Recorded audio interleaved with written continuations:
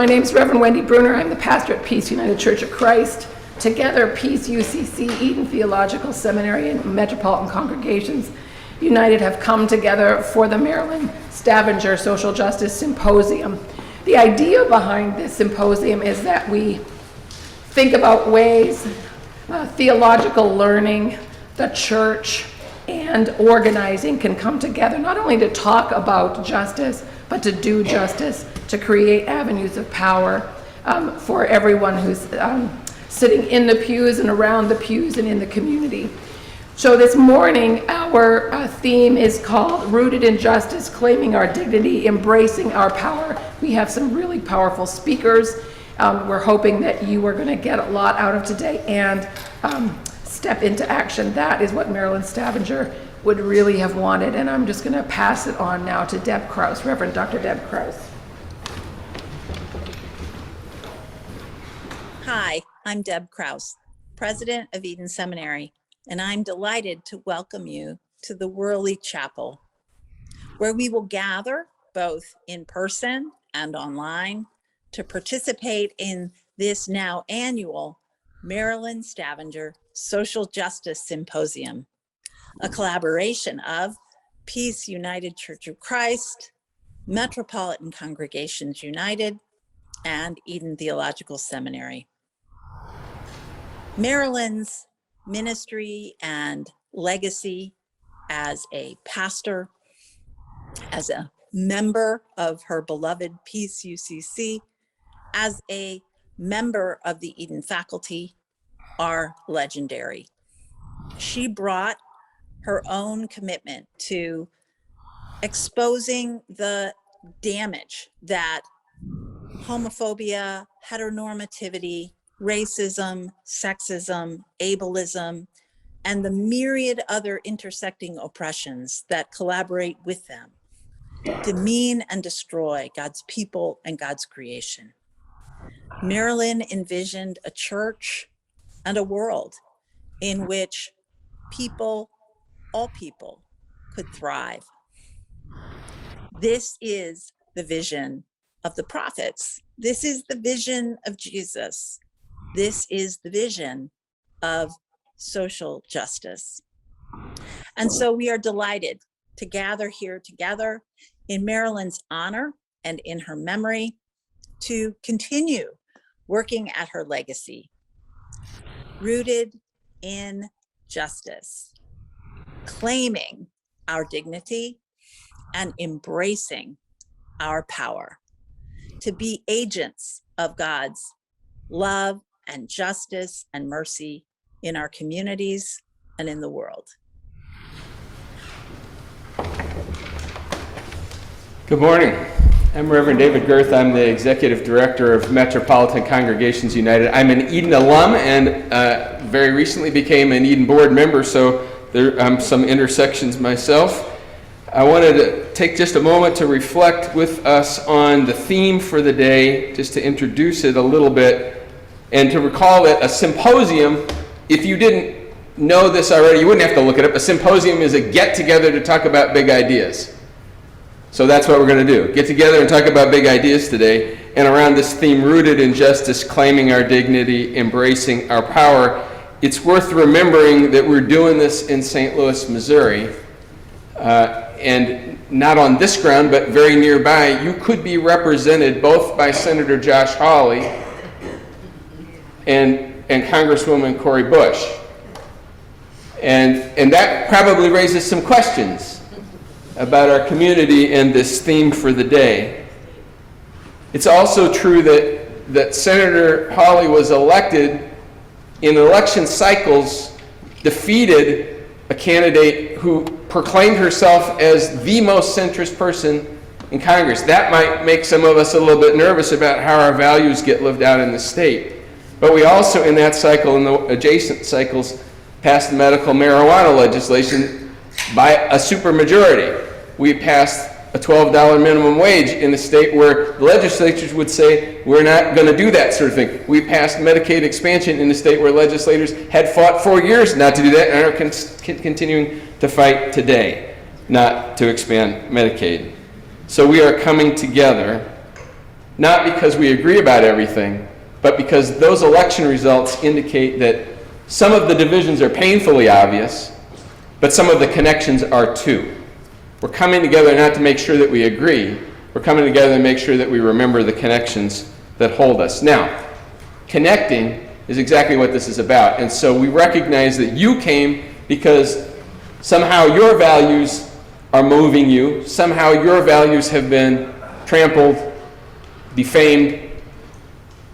You want to connect with each other. We want you to connect with each other. It's not just the speakers today who have big ideas and important experiences. We want to be reflecting back and forth. So, we want to get you in the room. We're going to pair up. You can just turn to one or two people, and on Zoom you're going to get paired up with one or two people. Do a basic introduction, who you are, where you're from, but we really want you to talk for a couple of minutes about why you're here. And if there was a particular moment when you said, you know what, I'm going to make time on that Saturday morning to actually be in person, what was it that moved you to say, I'm going to be at the Stavenger Symposium today? So we're going to give you about 5 minutes to get acquainted, and you'll have some more opportunities as the day goes along to reconnect with each other.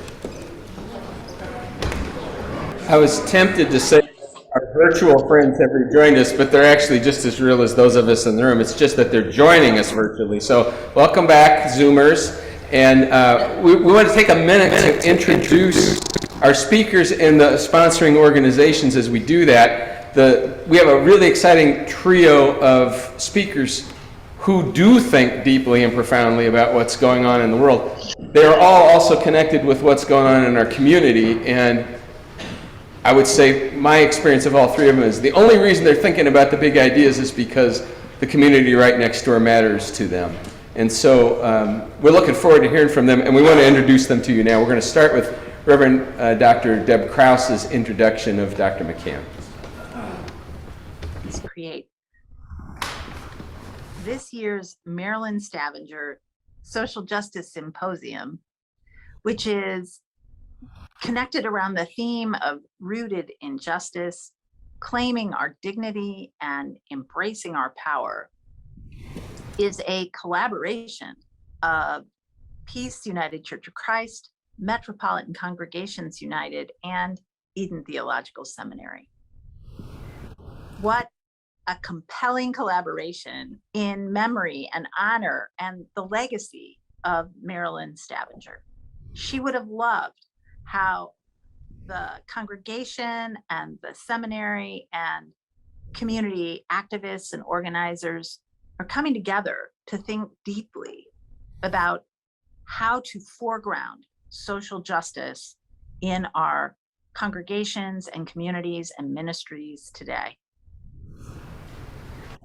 At Eden, we are deeply committed to forming leaders for ministries in congregations and communities that work at the particulars of social justice around anti-racism work and its intersecting oppressions of heterosexism, sexism, colonialism, and ableism, and all the ways these formations create violence and destruction in our relationships, in our families, in our communities, and in our world.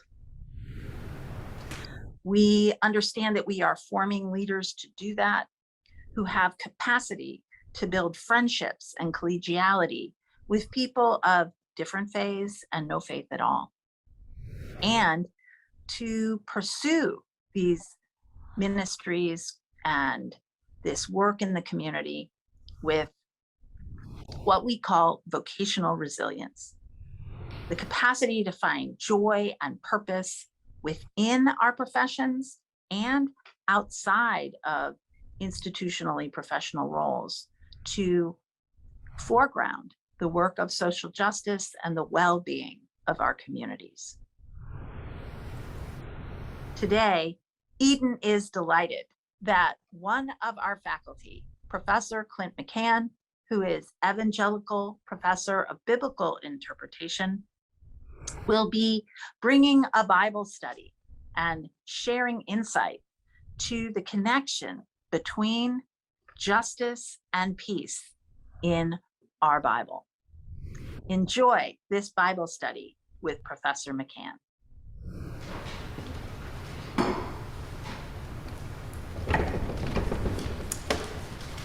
So I'm going to talk a little bit, very little bit, about Peace United Church of Christ, and I'm just going to give a shout out while I'm doing it to the group Churches Together for Justice, which is a group of churches along Lockwood who has been doing some really awesome work, which is an idea right around the fact that churches can actually, congregations can actually work together and try to be the church in the community. And so Judy might say a little bit about that later when we're talking about a call to action. So Peace United Church of Christ is just up the street a little bit from Eden, and we are trying to be the church in the world to bring about peace and justice. And that brings me to an introduction for Reverend Bethany Johnson Javon. And she's the president and CEO of Deaconess Foundation, with whom Peace has a wonderful relationship. And that's all I'm going to say about her. Oh, and she's the pastor of Monument of Faith, Churches of God in Christ. And that's in Jennings. And that's what I'm going to say about her credentials. I'm going to talk to you a little bit about why it's so important to have her here. So I met Bethany at Deaconess Foundation board retreat just before COVID hit. I was stepping on the board. She had left the board. We didn't know she was going to be the new president, certainly at that time. But we were sitting at a table together, and I noticed that this is kind of a crazy story. I noticed that my ring matched a piece of her jewelry. And we began to have a conversation about jewelry. Two pastors didn't know that's who we were to each other. And the conversation bloomed from there as organizing work and those one-on-ones. If you're curious and courageous, you will begin to have a conversation that goes deeper and deeper, and we found amazing connections with one another. And she cares about the congregation she serves and the community that it sits within. I feel the same way about the congregation I serve and the community within which I serve. And so we began to have conversations about how we could be the church in really meaningful ways, not just on Sunday morning, but all the time, in how we lived our lives. And so it just made sense to me that Bethany would be one of the people that would come and talk this morning about how we can do that in the community. And so I'm just going to say one other thing. Bethany and I have exactly the same glasses. And so I just, and we're wearing them today. I think it's just amazing how we can make connections with people that we maybe don't think we have all that in common with. But I'm just so grateful that Bethany is here, and I'm sure you're going to be challenged and encouraged by what she has to say this morning.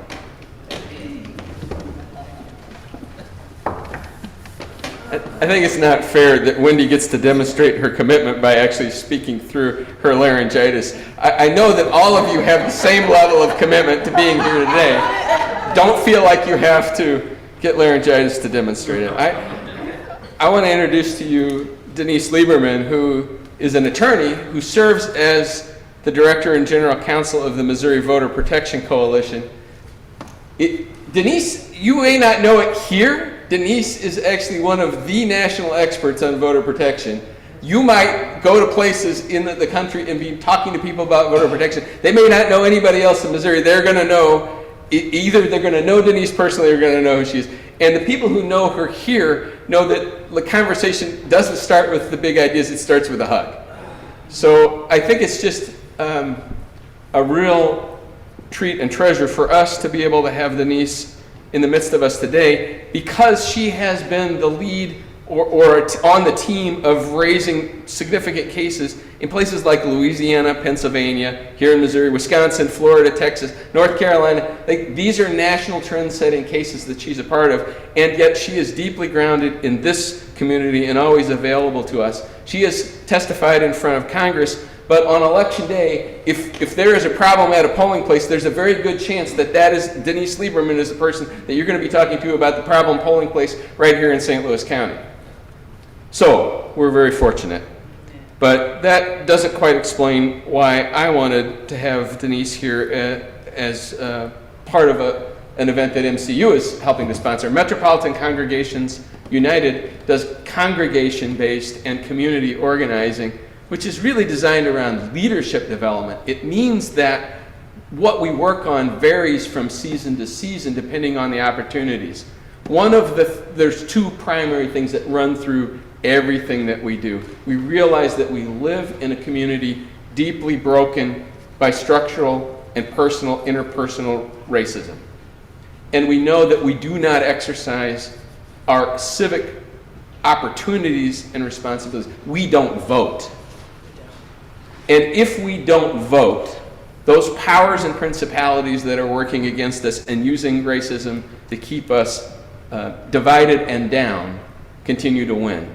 Denise understands all of that. We don't work together on a daily basis. I get an email from Denise every week. But when the crisis comes or when the opportunity arises, we know that we need each other to move the state and to move the state with not only expertise, but with grounding in our own deepest values.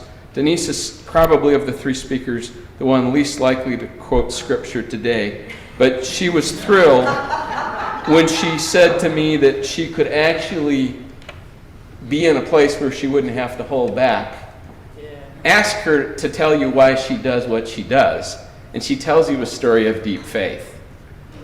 She tells you the story about deep relationships.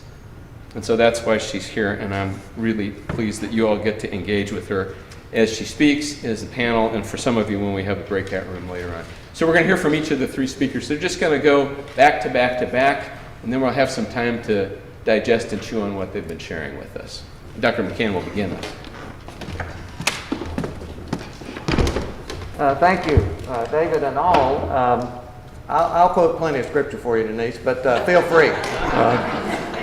But that's my job, but I'm democratic about that, so I want to hear all you have to say. But thanks to everyone for your participation. Thanks to the organizers of this event and sponsors of this event, MCU and Peace and Eden, for inviting me to participate. It's a pleasure to have anything to do with an event that honors the memory, the ministry, the life, the legacy of Marilyn Stavenger. So my task, as I understand it, is to provide a kind of biblical, theological foundation for affirming, as Deb sort of alluded to, and for affirming the dignity of every single human being, everywhere.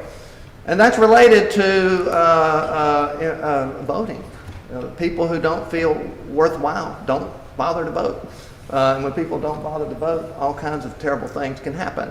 We'll get to some of that. But at any rate, notice the theme for today, rooted in justice, is a kind of agricultural sort of thing. The logo is a picture of a tree with roots. The organizers of the event chose Psalm 85, verses 10 to 13. As a point of departure, so that's where we're going to start. If the tech people can pull that up on the screen, if there's a slide of that, that'd be great. It's only 4 verses, so we'll allude to it, and if they can see it, the picture that showed up quickly is actually a work of art entitled Psalm 85. So we're going to talk about the text, the content of Psalm 85, verses 10 to 13, just briefly. We're going to look at that picture. It's right down below me, but it's too far away from you to see it, just briefly. And then I'm going to move beyond Psalm 85 briefly to another psalm in the neighborhood of Psalm 85, Psalm 82, which features the word and the concept justice, rooted in justice. And in fact, this whole series of events is a symposium, also Marilyn Stavenger Symposium on social justice.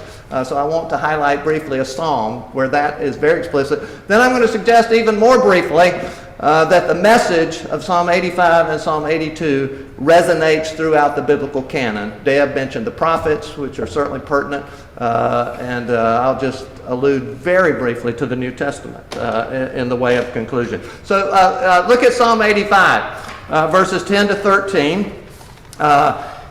It's one of my favorite texts because it features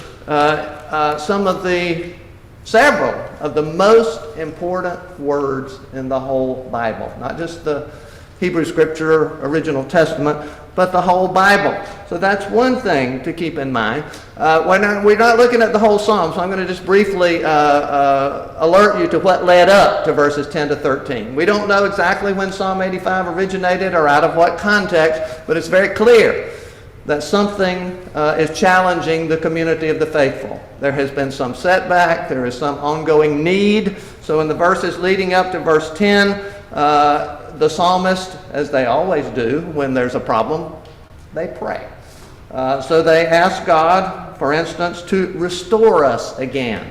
We're not sure what the problem was, but they need more help. And they ask, that's verse 4, and they ask God to revive us again. That's verse 6. And then in verse 8, they invite God to show us your steadfast love. Now that's a word that's going to recur again, and some of you who've heard me talk know that the single most important stylistic device in Hebrew poetry and Hebrew narrative is simple repetition. So look for things that occur over and over again. They ask God to show us your steadfast love and grant us your salvation.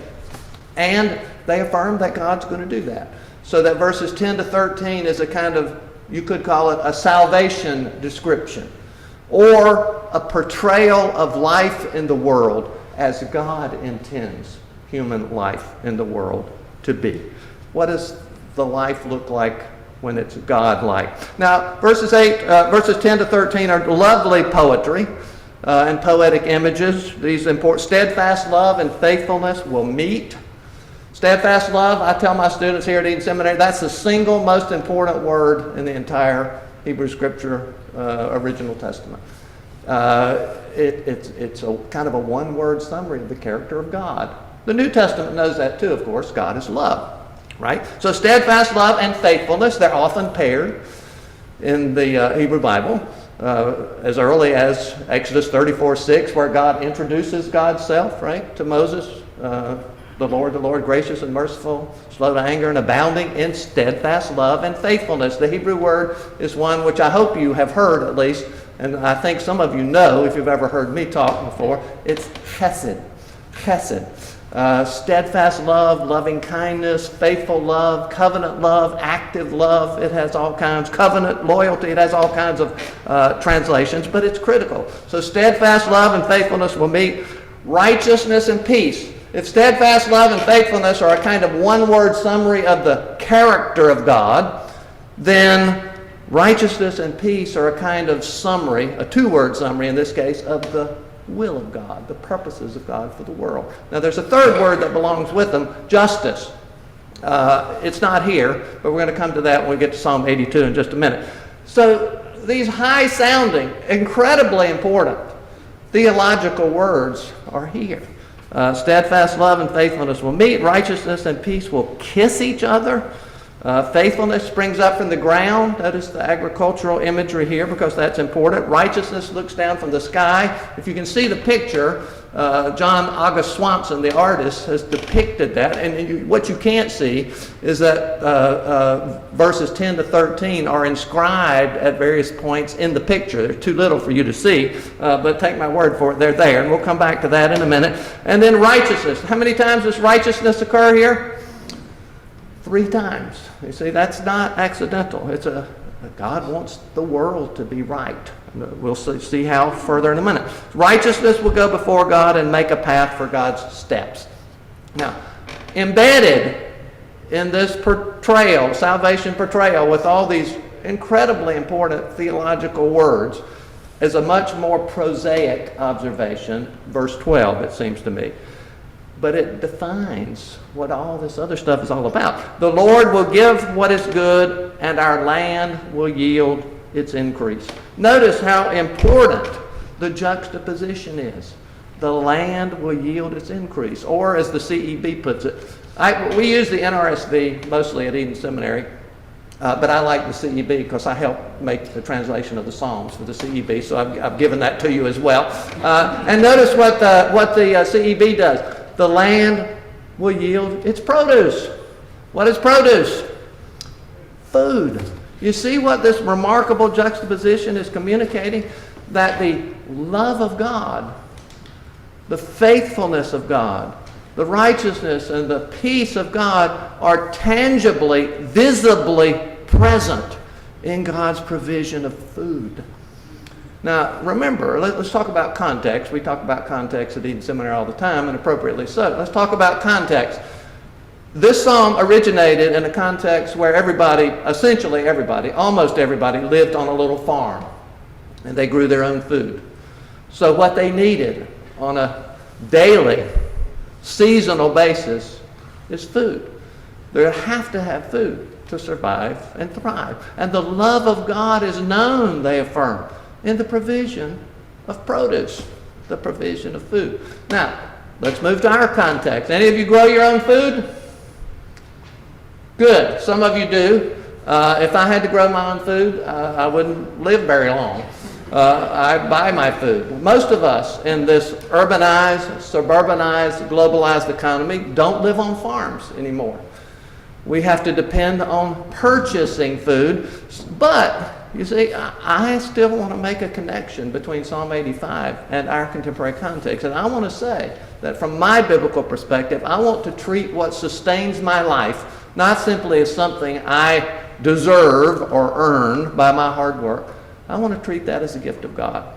You see, so I'm still going to say that what God intends is the provision in every way for the survival and the thriving of humankind. Everybody, you see. So what do we need? What represents food? You know, we got to have money, right? Sometimes we call money what? Bread, yeah. The basic food. And that makes sense because in our contemporary context, we need money. People need money. And if they don't have money, then they need what money could provide them. We need livable wages. We need opportunities for significant, meaningful employment that pay livable wages, you see. $12 won't do it. And the Missouri legislature won't even go that far, you see. We need access to education. We need access to health care. All of those things in our contemporary world are food. It's what it takes to survive and thrive. And the message of Psalm 85 is that's what God wills. That kind of comprehensive provision for everyone to survive at a minimum, but also to thrive, you see. Now, I'm going to take you beyond Psalm, that's where we're starting. We're starting Psalm 85. Look at this photo. Well, it's a photo of a picture. The original would cost several $1,000s. And if we can pick that up on the screen, this is a print, in other words. John August Swanson, who died recently, sadly. But he's produced all kinds of biblically oriented, theologically oriented art. You can come look at it during the break if we can't get it up on the screen. But he has perceptively suggested that Psalm 85, 10 to 13 is about food provision. So you've got people depicting who are planting crops, watering crops, harvesting crops, and sharing food, you see. God, the way God intends the world is that everybody be provided for. By the way, food is still fundamental. We eat every day, you see. So it's not that we don't need food, but we need a whole lot more than the crops, you see. Anyway, I'm going to shift gears just a moment here to take you to Psalm 82. Remember, this is the Marilyn Stavenger Symposium for Social Justice, and our topic for the day is rooted in justice. And Psalm 82 is all about justice. Do we have that printed? Yeah, okay. Now, if you read the NRSV or the CEB even, it's not particularly helpful in recognizing or communicating the repetition of the word justice. So I've made my own translation here. And if you can see it, you'll notice that the word justice occurs in every verse for the first section of the psalm. Verse 1, verse 2, verse 3, and then it occurs again at the end. In what's verse 8? I didn't put the verse number. Well, maybe we do have the verse numbers up there. In verse 8, you see. So justice is crucial. The Hebrew poets repeated what they wanted us to recognize, know about, think about, pursue, and so on. Now, Psalm 82 is different than any other psalm. It's not a song of praise. It's not a prayer for help. Most of the psalms are one or the other of those. It tells a story. It's a very interesting story. It's a story that nobody would have actually witnessed. So it's an imagined scenario. And in this imagined scenario, God puts the Canaanite deities, if you will. That's a problem we'll come back to. God puts the other gods and goddesses of the context on trial. It's not because God is wanting to be simply exclusive. The issue is justice. You see, the trial of God, putting the other gods on trial, it revolves around justice, or more accurately, the failure of the gods and goddesses of the context to do justice. You see, so then after God interrupts a meeting of the deities, God announces this: how long will you pursue justice unjustly and take sides with the wicked?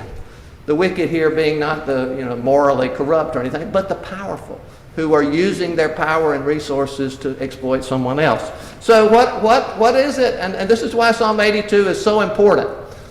What is it that actually qualifies one to be considered deity or a god? And here it is: give justice to the weak and the orphan, set things right for the lowly and destitute, rescue the weak and the needy, deliver them from the hand of the wicked, the powerful. Again, that's what it means to be God, is to share that commitment to what, biblically speaking, is justice. And notice, justice is not giving people what they deserve, or don't deserve for that matter. Justice is giving everyone what they need, beginning with the most needy. Notice the repetition again. Needy, weak, orphan, those were folks who would have been left out of the system, we might say. And there's still lots of folks in our contemporary context who are left out of the system, unable to survive and thrive. So any justice is crucial, which is why, and by the way, there's a New Testament scholar, John Dominic Crossan, who says that Psalm 82 is the single most important text in the entire Christian Bible. That includes Jewish scripture and what we Christians call the New Testament. It's the most important text in the whole Christian Bible because, he says, it lays out very clearly what the will of God is, what constitutes deity, if you will. It's an unwavering commitment to the well-being of the most vulnerable of humankind, which is why the prayer ends. Well, before that, notice verse 5. I didn't say verse 5. The poet recognizes that in the absence of justice, the world falls apart. Now, the poet is using a kind of worldview that we don't share. But in their view, the mountains held up the firmament, right? The dome firmament, and held the land in place so the waters below wouldn't bubble up. A worst case scenario in this cosmology is for the mountains, the foundations of the earth, to shake, because everything reverts to a kind of watery, chaotic mess. And we don't think like that in terms of cosmology, but we better think that way in terms of principle. Because what is being said here is that in the presence of ongoing systemic injustice, chaos will ensue. And you don't have to look far to see it, friends. You don't have to look far to see it. It's not just a war in Ukraine. It's chaos, violence, poverty, hunger, even in Webster Groves, certainly in the city of St. Louis, but throughout the United States and certainly throughout the world. Injustice will return us to chaos, which is why the prayer ends with the prayer for justice. Arise, O God, establish justice on earth, for all the nations belong to you. All the nations, that's pretty much who? Everybody. Everybody is in God's view. God wills the well-being of everyone, not just U.S. citizens here. God wills the well-being of the human family. That's what justice represents. The provision, the attention to and provision for the human family, beginning with the most vulnerable. Now, I don't know, DeMarco, are you timing me, man? How much? 2 minutes. Okay, real quick. And Deb alluded to it in her little presentation. This message, as a Psalm scholar, I'm happy to just leave it with the Psalms, but it doesn't stay there. This message of the well-being, God's will for the well-being of humankind, resonates throughout the canon. The prophets, in particular. You see, when the kings, the power people, fail to do justice and righteousness, the prophets show up. And they say things like, let justice roll down like waters and righteousness like an ever-flowing stream. Martin Luther King Jr.'s favorite text. And they say things, and some of you know this by heart. What does the Lord require of you? Desire of you? But to do what? Justice. To do justice. To love what?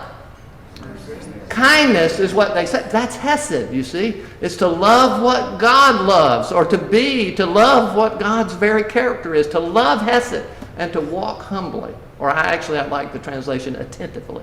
To walk attentively to your God. Because if you attend to what God wants, will be about justice. Biblically defined, you see, as attentiveness to and provision for the human family. Okay, one more, because I got to bring the New Testament in, because it's a biblical interpretation is my title, so I don't want to endure this is a quote from William Plaker, a systematic theologian who knew the Bible well, and he's commenting on John 1:14, right? The Word became flesh and dwelt among us, full of grace and truth. So he's commenting on the incarnation, which lies at the heart of the Christian faith. Full of grace and truth, by the way, that John talks about as being fleshed out in Jesus. That's steadfast love and righteousness, if you put it back into Hebrew. So here's Plaker's quote. Jesus Christ united humanity with divinity, thereby transforming what it is to be human.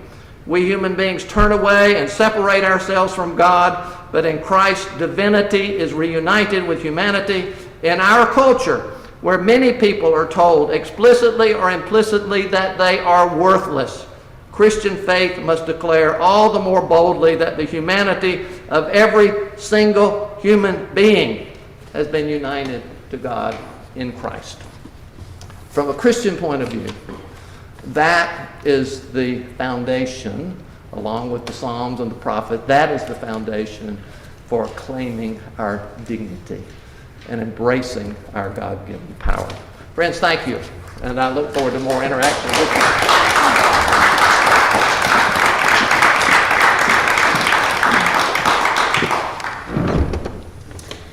Well said. Thank you for welcoming me into this family of justice seekers as the newest leader of the Deaconess Foundation that exists to support transformed people who transform systems to realize holistic health and community-rooted justice centered in child well-being. The words participatory democracy has a kind of oomph to it. Like, let it roll off your tongue. Participatory democracy. Go ahead. Right? Your whole body kind of wants to do a thing with the words participatory democracy. It sounds so lofty and so dignified. But what does it really mean? Participatory democracy is a model of democracy in which citizens are provided power to make political decisions. Power to make political decisions. It implies that people are in power. Not a person, not a name, but that people are in power. And I love the sound and the visual in my mind of this commitment. Voting is a right among the elements of a participatory democracy that allows citizens to make their voices heard. But the reality is that as many as half of eligible voters in the US still don't participate in the election process, in the most sacred form of our democracy. And we are not blind to efforts to systematically shut out more and more people, especially because of especially people of the global majority, making us ineligible by any means or reasons necessary. I come from a call and respond culture, so if y'all want to join me in some like, she telling the truth, or like, no, seriously, that's right. If you want to clap or stomp, like, that's my culture. So if you want to bring that in, okay? And the U.S. lags far behind most other like countries when it comes to voter turnout. And we call ourselves developed. According to Global Citizen, among the 5 voting barriers Americans face, the following reason is the one I've witnessed play out within my community as reflected in our work in Jennings' 4th Ward and among young adults. Quote, citizens are less likely to vote if they don't think their ballot matters.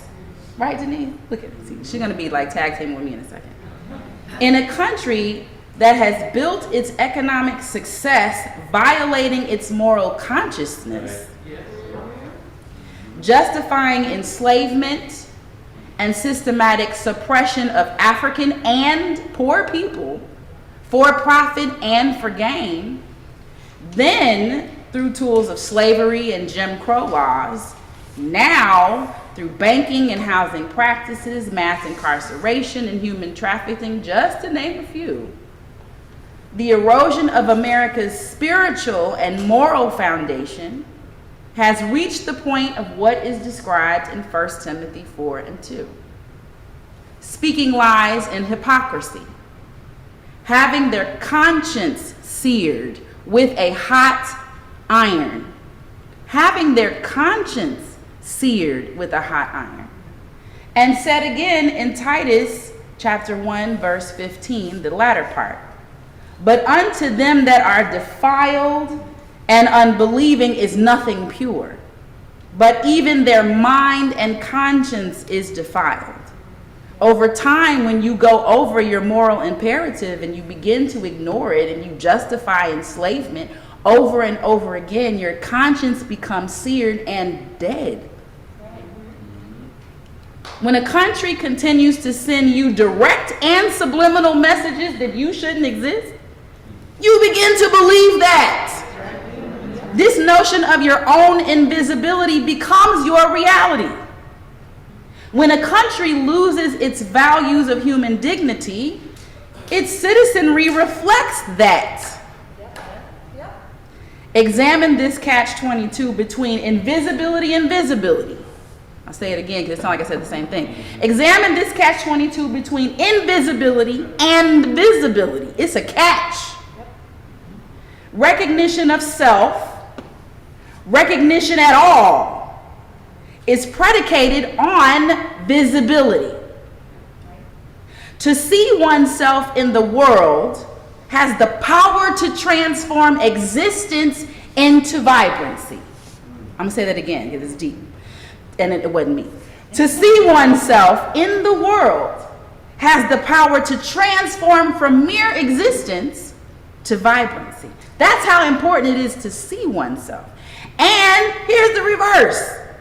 Visibility is powerful, yes, but it's dangerous. Either way you go, it's a catch. If you're not a white, heterosexual, male, cisgender Christian in America or married to one, visibility can cost you your job, your family, your friends, your church, your life, and your very sense of belonging. That part, belonging, say that part. Attribution to Melanie P. Moore in her article, Invisible Woman, a reflection on being seen in America. So now imagine that I'm speaking to the 50 and 60 something members of my church congregation, imploring them to vote, centering around the need to pass, in this case, Medicaid expansion. And for this age group, it was a matter of when and where, and they were on it. But my 20 and 30 somethings told me, quote, I'll do what you say because I trust you, AP Associate Pastor. I trust you, AP, and I want to be obedient, but I don't think my vote matters, and my friends don't vote either for the same reason. In partnership with MCU, we have a goal of increasing voter participation in Jennings by 10% in the midterm elections, and it's needed because in a recent mayor's election where 4,000 votes were cast, yay, 2,500 were not. So we're very clear what we're up against. And we're running out of time, and we just started. We're running out of time, Denise. So while I get the Medicaid expansion is a means of job security and family economic stability and health, and while we are privileged to connect the strategy dots to the 2020 census count being the basis of our region receiving $500 million in the city and $27 million in the county in ARPA funds, I get that. But how do we make this connection stick and motivate our electorate who doesn't feel or see the impact in their day-to-day lives They don't get what 2020 had to do with my now when I'm struggling to survive. How do we transform existence into vibrancy? I don't have the full answer. Sorry. But that's why we're here today, right? Is to grapple with you on solutions sourced in wisdoms of the collective. I don't know about you, but I get smarter in group. I get smarter in community and team. I make more sense. I'm less embarrassed when I can form solutions with people that wear the Star of David while I wear the cross. That makes me better. So I got 6 things to offer because I don't know the answer, but I do believe I'm asking the right question. Number 1, we need strategies to bolster our vision of participatory democracy. Must begin with winning back the trust of those whose trust has been broken. In 1997, 64% of Americans put a very great or good deal of trust in the political competence of their fellow citizens. Today, only 1/3 of people feel that way. Only 1/3 of people feel like they have a very great or good deal of trust in their fellow citizens. And a 2019 Pew survey found that the majority of Americans say most people can't be trusted. Yes, sit with that. That was my response. 2019, before pandemic, before the insurrection, before that, they said most people can't be trusted. And it's even tougher in the future. Only 13% of the we will not be silent millennial generation said America is the greatest country in the world. Only 13%, compared with 45% of the silent generation. Nobody is singing, I'm proud to be an American anymore. You see, this is an issue because change moves at the speed of trust. And when trust is high, hard things are easy. But when trust is low, easy things are hard. And St. Louis is a bellwether city in the world. Forget the nation. In the world. So the uprising of Ferguson, sparked by the killing of Mike Brown on August 9th, was the beginning of our forced reckoning as we are reaping what we have sown in the breakdown of trusted relationships. We earned that. It didn't just poof happen to us. We earned our city burning and being on fire. We knew that trust between people, their governments, their worship centers, their healthcare providers, their friendships, who were looked to for wisdom, has been broken. Information is no longer trustable. For many, this occurrence happened way before vaccine communication and masking. Having faith in or faith about is absolutely waning. And a crisis of trust is the most serious and sobering of all crises, because why? Change moves at the speed of trust. Number 2, the vote has to be connected to hope for real material change, that casting this vote will make a difference in my life, my why. Because my concerns and my well-being matters, and my existence is worth fighting for. Don't come at me with your agenda as to why I should vote. I don't care about your life.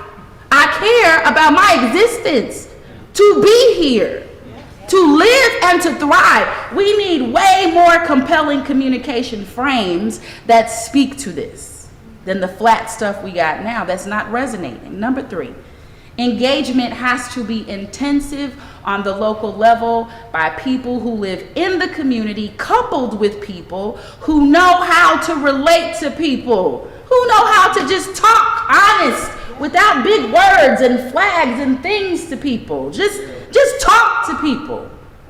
And it has to be done on and off cycle of election years. We can't just pop up, hey, how you doing? We care about you now.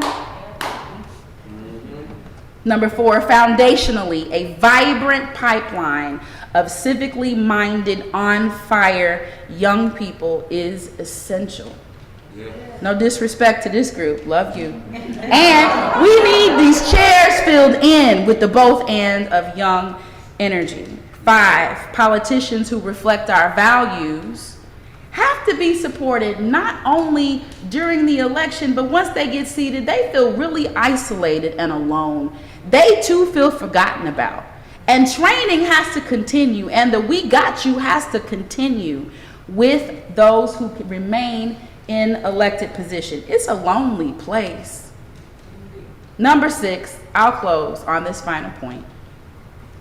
Reclaiming our dignity happens when this nation's seared conscience is healed. That's a root cause, in my opinion, is our seared conscience.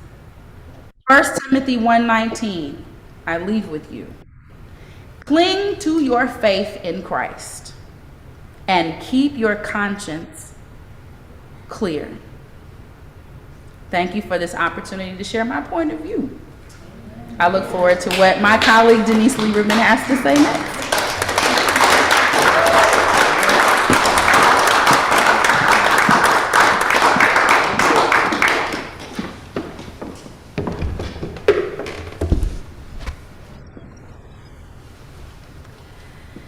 Wow, I feel like that we've been taken to church a little bit here today, quite literally. We're here in this beautiful chapel, but we really heard some powerful truths just now, and I just want to take a minute to sit on that for a second, because what you just heard, I think, really grounds us in the work that lies ahead of us. And I have to tell you, I'm a little nervous going after these two prolific speakers. As an attorney, I'm not speechless very often, as those of you who know me know. But you never want to go after preachers. So I have the unenviable task of doing that here today. And as I was thinking about today, and you've heard some really powerful words from people of faith, from faith leaders, about why Scripture calls them to activism. I'm going to tell you now about why, as an activist, I have grown to believe that my activism is deeply rooted in faith, in that journey, and then go into the struggles that we have ahead that I think are going to lead us into our breakouts. And so I am Jewish. I come from the Jewish faith, and we have a mandate in Judaism, tikkun olam, which means repair of the world. And it's not a suggestion. It's not like an idea that you talk about. It's a mandate. It's the core central tenet of Judaism, at least in my practice. I'm a member of Central Reform Congregation here in St. Louis, and I believe that my rabbis lead that example every day.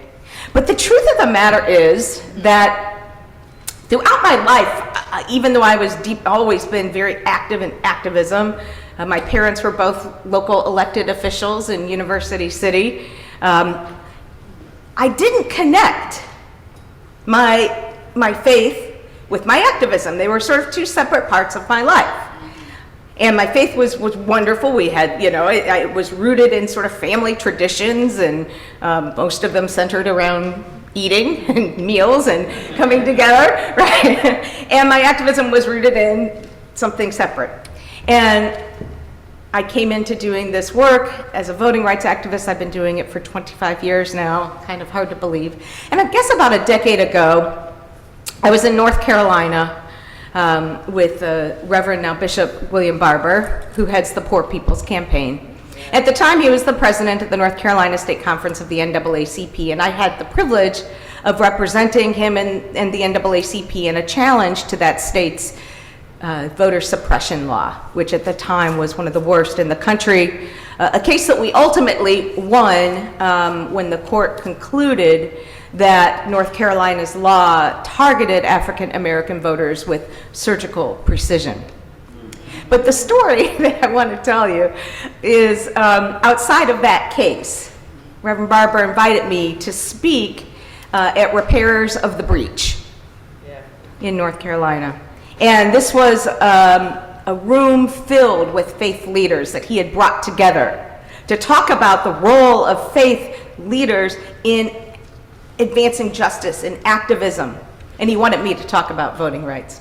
And so he's introducing me to this room, and this room was filled with ministers, preachers, pastors, rabbis, imams, and he goes and he introduces me, and he says, "This is a deeply religious sister."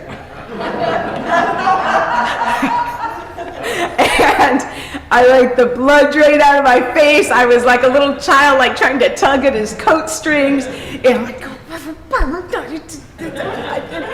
I don't have anything to bring to that conversation. So I get up and I do my speech, and I talked about the law, and I talked about everything that we were talking about. And afterwards, we were talking, and I said, "Reverend Barber, why did you introduce me as a deeply religious person? That's not how I see myself. I'm not a deeply religious person. And he looked me straight in the eye. It was one of those looks that sort of looks right through you, you know. And he said, "Yes, my sister, you are." And at first I was like, well, that's kind of presumptuous. But of course, you know, I also knew, and if any of you have ever heard Reverend Barber speak, you know that every word that comes out of his mouth is pretty intentional. And so I thought, well, he must have had a reason for saying that. And I went back to my room that night, and I did, I guess, exactly what he had hoped I would do. Is I reflected and I pondered on why he would say that. And here, a decade later, I'm still reflecting and pondering on why he would say that, right? And that really encapsulated this journey for me, connecting my activism to a moral imperative and a faith-based imperative, and why I believe so strongly that this movement, the success of this movement is rooted, is grounded in our faith communities, in this moral imperative. And so I sit here before you a decade later and can say, yeah, I guess I am a deeply rooted person of faith. Now, I'm not going to quote scripture to you because you wouldn't want me to do that. But I'm going to tell you a little bit about why I believe that this work that we have to do, the work that you so powerfully laid out for us, is so deeply rooted in our faith. One of the things that, well, first of all, let me just start with the basics, and I think you both outlined this so very well, that of course, the right to vote is the foundation of all other rights. Everything else we fight for, when we fight for justice, when we fight for equal rights for all people, when we fight for the dignity of all, voting is the way that we effectuate that work. It is how we ensure that people have access to health care, to Medicaid expansion, how people have access to healthy food, to safe housing, to quality education, to jobs that pay a living wage, to environmental justice, to reproductive justice, to not being discriminated against based on race or religion or ethnicity or national origin or sexual orientation or gender identity. All of these things are rooted in the right to vote because the vote is how we speak publicly. Yes. It is how we exercise that voice. And it is, I suggest to you, a moral imperative that every one of us, every person in our midst, has a right to that voice. Because that vote is how we speak in a public sense. It's even more than that, right? It is how we weigh in and have a say in our future, in our destinies, in our children's futures. And so, if we don't have a voice in our own destinies, if we don't have a say in our own futures, well, we are not truly free. And until all of us are free, none of us are free. That's right. You're preaching.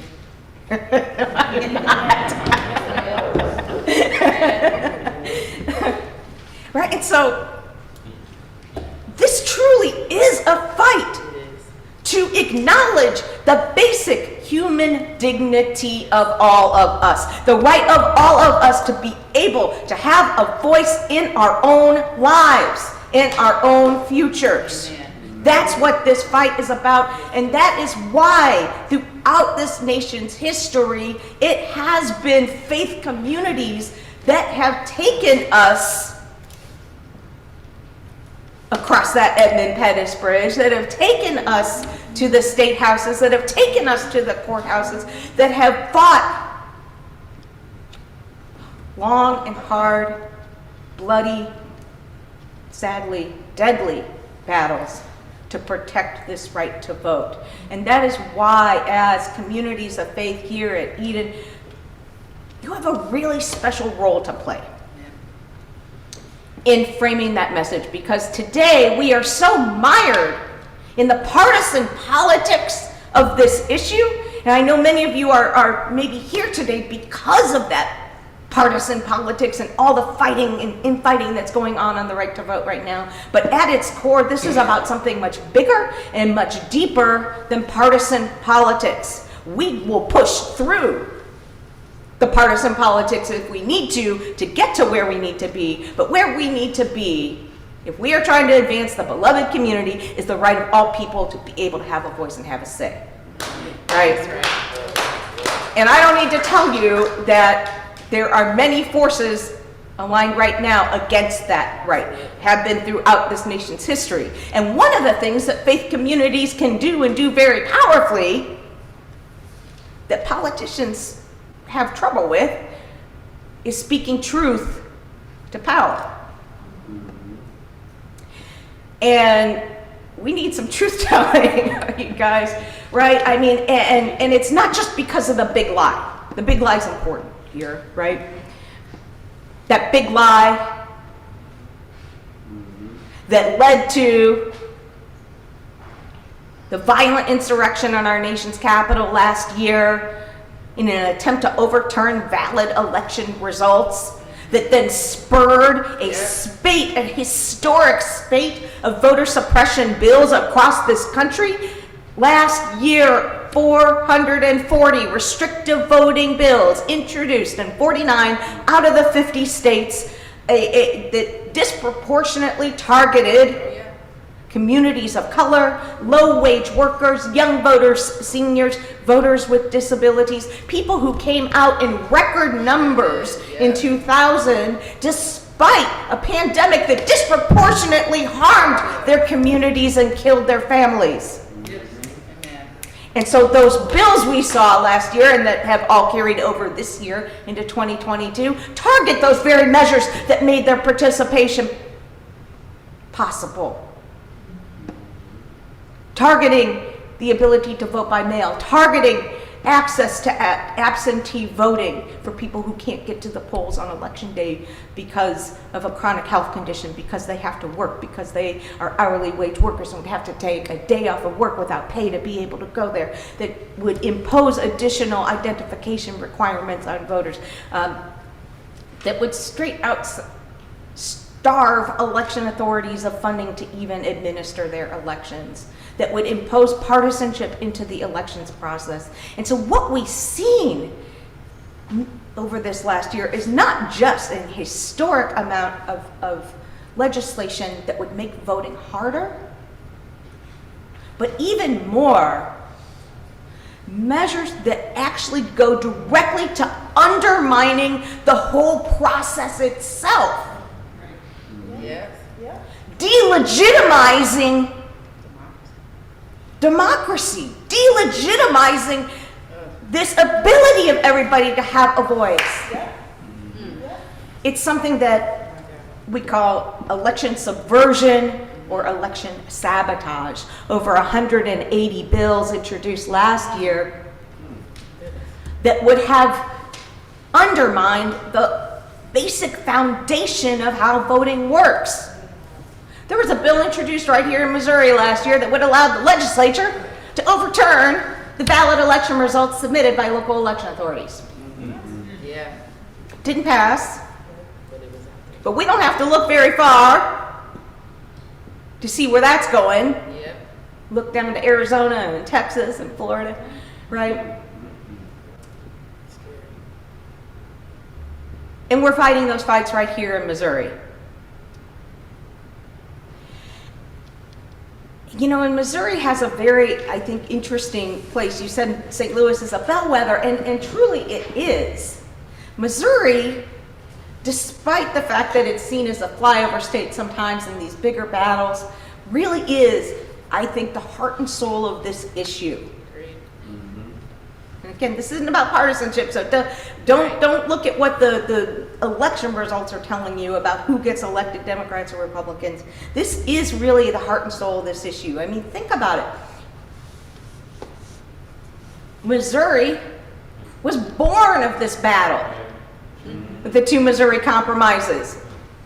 We entered into this union on the fight for who was allowed to be a citizen and have a say and have the privileges and immunities of citizenship. The Dred Scott trial took place right here in St. Louis on that very question, with the Supreme Court concluding that Dred Scott was not a citizen, not entitled to the privileges and immunities of citizenship like voting. 20 years after that, Missouri was also the breeding ground for the women's suffrage movement. Did you all know that? Say more. There was a case called Minor versus Happersett, went to the Supreme Court, 1875. That case involved a woman named Virginia Minor, who had the audacity, after the Civil War, after we passed those post-Civil War amendments, including the 14th Amendment Equal Protection Clause that guaranteed the right to equality under law. She said, well, these amendments guarantee all citizens of the United States the right to vote. Women are deprived of that right. That seems to be a violation of equality under law. Virginia Minor marched into a polling place in the city of St. Louis to attempt to register to vote, got arrested, and that's where that case came from. Unfortunately, the Supreme Court in that case, in contrast to Dred Scott, said, yes, women may be citizens, but voting is not necessarily one of those privileges and immunities of citizenship to which they are entitled. And yet, in spite of all of that, Missouri was one of two pioneer states after the Civil War in 1875 to enshrine a fundamental, affirmative, explicit right to vote in our state constitution. Something that only a handful of states have. And that constitutional provision is the reason that today, here as we sit here in 2022, things like strict photo ID requirements to vote are unconstitutional in Missouri. It was that constitutional provision that struck down those strict photo ID requirements to vote. Missouri was one of the first states in the country to attempt to enshrine strict photo ID requirements to vote. But even before that, Missouri, and St. Louis in particular, I think you're right about St. Louis, but this is it's also Missouri, but St. Louis has a particular place in this story. St. Louis is the breeding ground for the elevation of this voter fraud narrative to the national level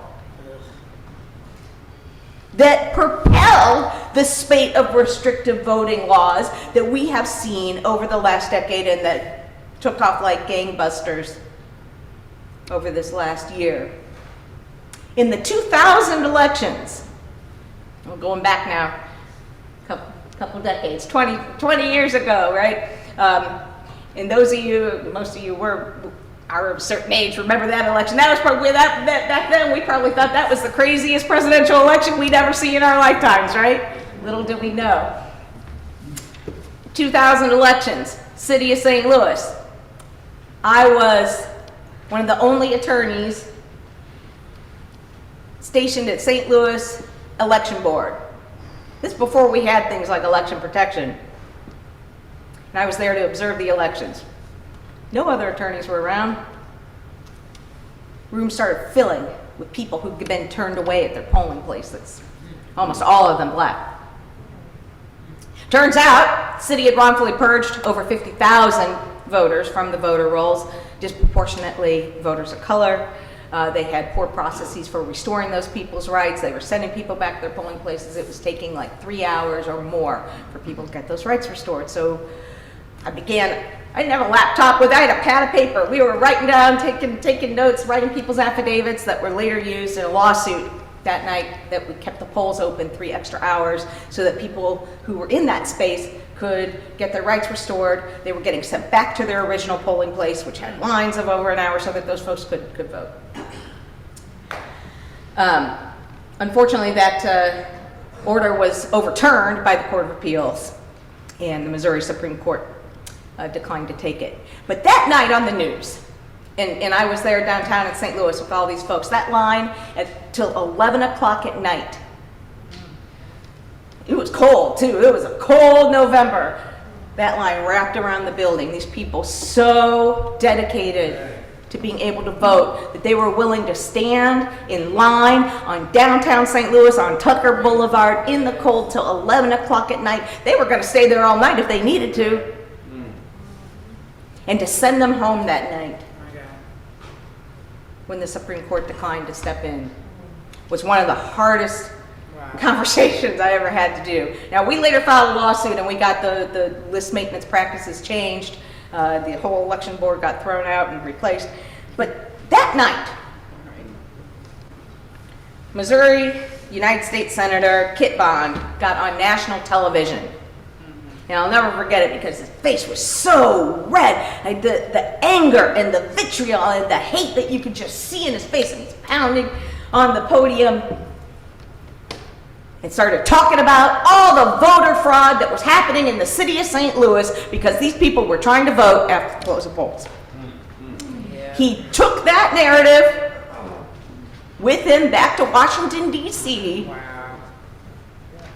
And along with Mitch McConnell, made voter ID requirements a deal breaker in getting the support of his caucus for legislation that came out of that election, the Help America Vote Act.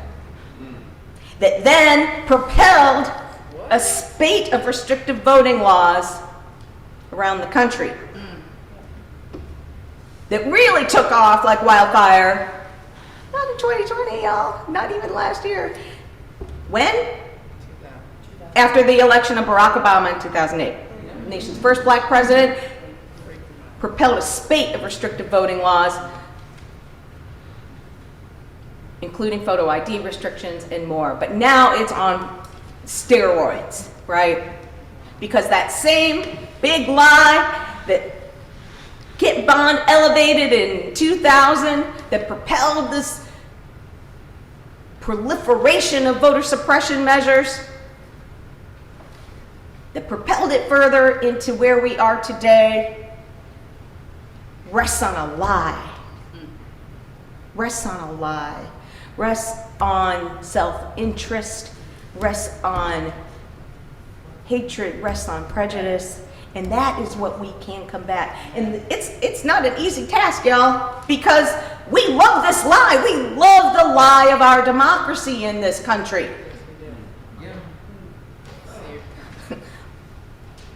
We like to tell ourselves that we are the world's greatest democracy, and we've been telling ourselves this so long that we kind of believe it. Yep. That's why I'm talking about speaking truth to power. I mean, in 1886, the Supreme Court, 1886, right? During Reconstruction, actually this is now we're in the post-Reconstruction era, the Supreme Court proclaims in one case that the right to vote is fundamental because it is preservative of all other rights. 1886. 1886, that's exactly when 10 of the 11 southern states were amending their constitutions to add literacy tests and poll taxes to directly confront the expansion of the franchise to African Americans after the Civil War and block them from participating. That is when jurisdictions around this country, especially in the South, were resorting to abject violence towards people who attempted to register and to vote. The spate of lynchings, groups like the KKK and the Red Shirts going out and literally terrorizing people for attempting to speak. And a century later, in 1964, the Supreme Court, the year before the Voting Rights Act was passed, the year of Freedom Summer, when on the very first day of Freedom Summer, those organizers and activists that were going down to Mississippi to register people to vote were brutally murdered for doing so. The Supreme Court proclaims every voter is equal to every other voter. We love this lie. So it's up to us to speak truth to some of that. And how we do so brings us back to our own communities, what we're going to do right now in these breakouts, when we go outside after this program and walk around and talk with each other, everything that you mentioned. Because right now here in Missouri, we are facing some very critical threats to our right to vote. And the three things that we are prioritizing, we're tracking about 40 bills or so in the Missouri legislature this year that would make it harder for Missourians, our most marginalized communities, to vote. First, attacks on the citizen initiative process. I'm not going to go into detail on these. I've included a fact sheet in the back with some of these bills, and we're going to talk about these in the breakouts. Attacks on the citizen initiative process. This is something where we are working closely with MCU, with other faith-based partners. There are over a dozen bills that are moving in the legislature that would make it harder for citizens to be able to participate in the citizen initiative process. This is one of the most direct forms of democracy. When people who are sitting in legislatures are not responding to their communities, this is a process that allows the community to go out and propose laws that they think would be good laws. And right now, it's already really hard to do that. Any of you that stood outside and collected signatures for Medicaid expansion know that. These measures would make it nearly impossible by doing two things: expanding making it harder to get proposals on the ballot by increasing the number of signatures, in some cases by 200,000, 300,000. That's a lot. If you've ever collected signatures, you know if you get 15 in an hour, you have done a really good job. Increasing the threshold by that much makes it nearly impossible for all but the most well-funded efforts. And the second thing these bills do is increase the threshold for passage. Right now, if citizens put a measure on the ballot and the majority of people vote for it, it passes. Fundamental fairness, it's something we learned in kindergarten. Majority wins. These measures would increase that threshold in many cases up to 2/3, 67%. We couldn't get 67% of us to agree on what kind of coffee we want to drink this morning, right? It's a really hard threshold. And what it means is that measures that have the wide support of Missourians would still go unheard. Take Medicaid expansion, passed by more than 60% of Missouri's voters. That would have not been enough. Finally, photo ID requirements, yet again, before the Missouri legislature. A pair of bills has already passed out of the House, is in the Senate, moving forward.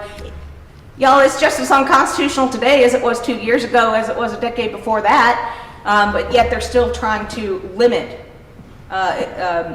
what kinds of identification people can show at the polls, disproportionately to the kind that our most vulnerable and marginalized citizens don't have. And third, limits on voting by mail.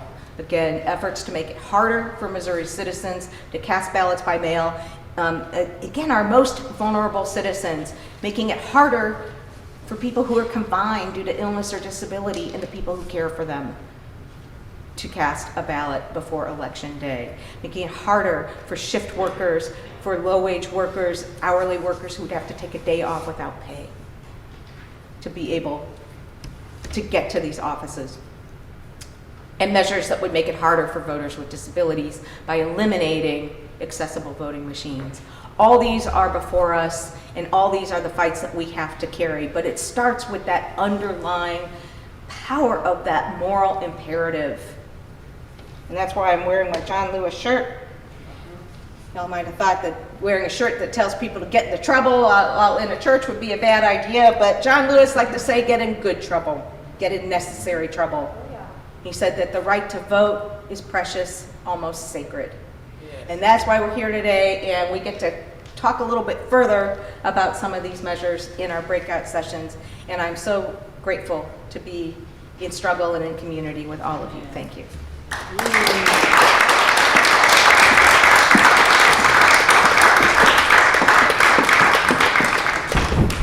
Indeed, thank you.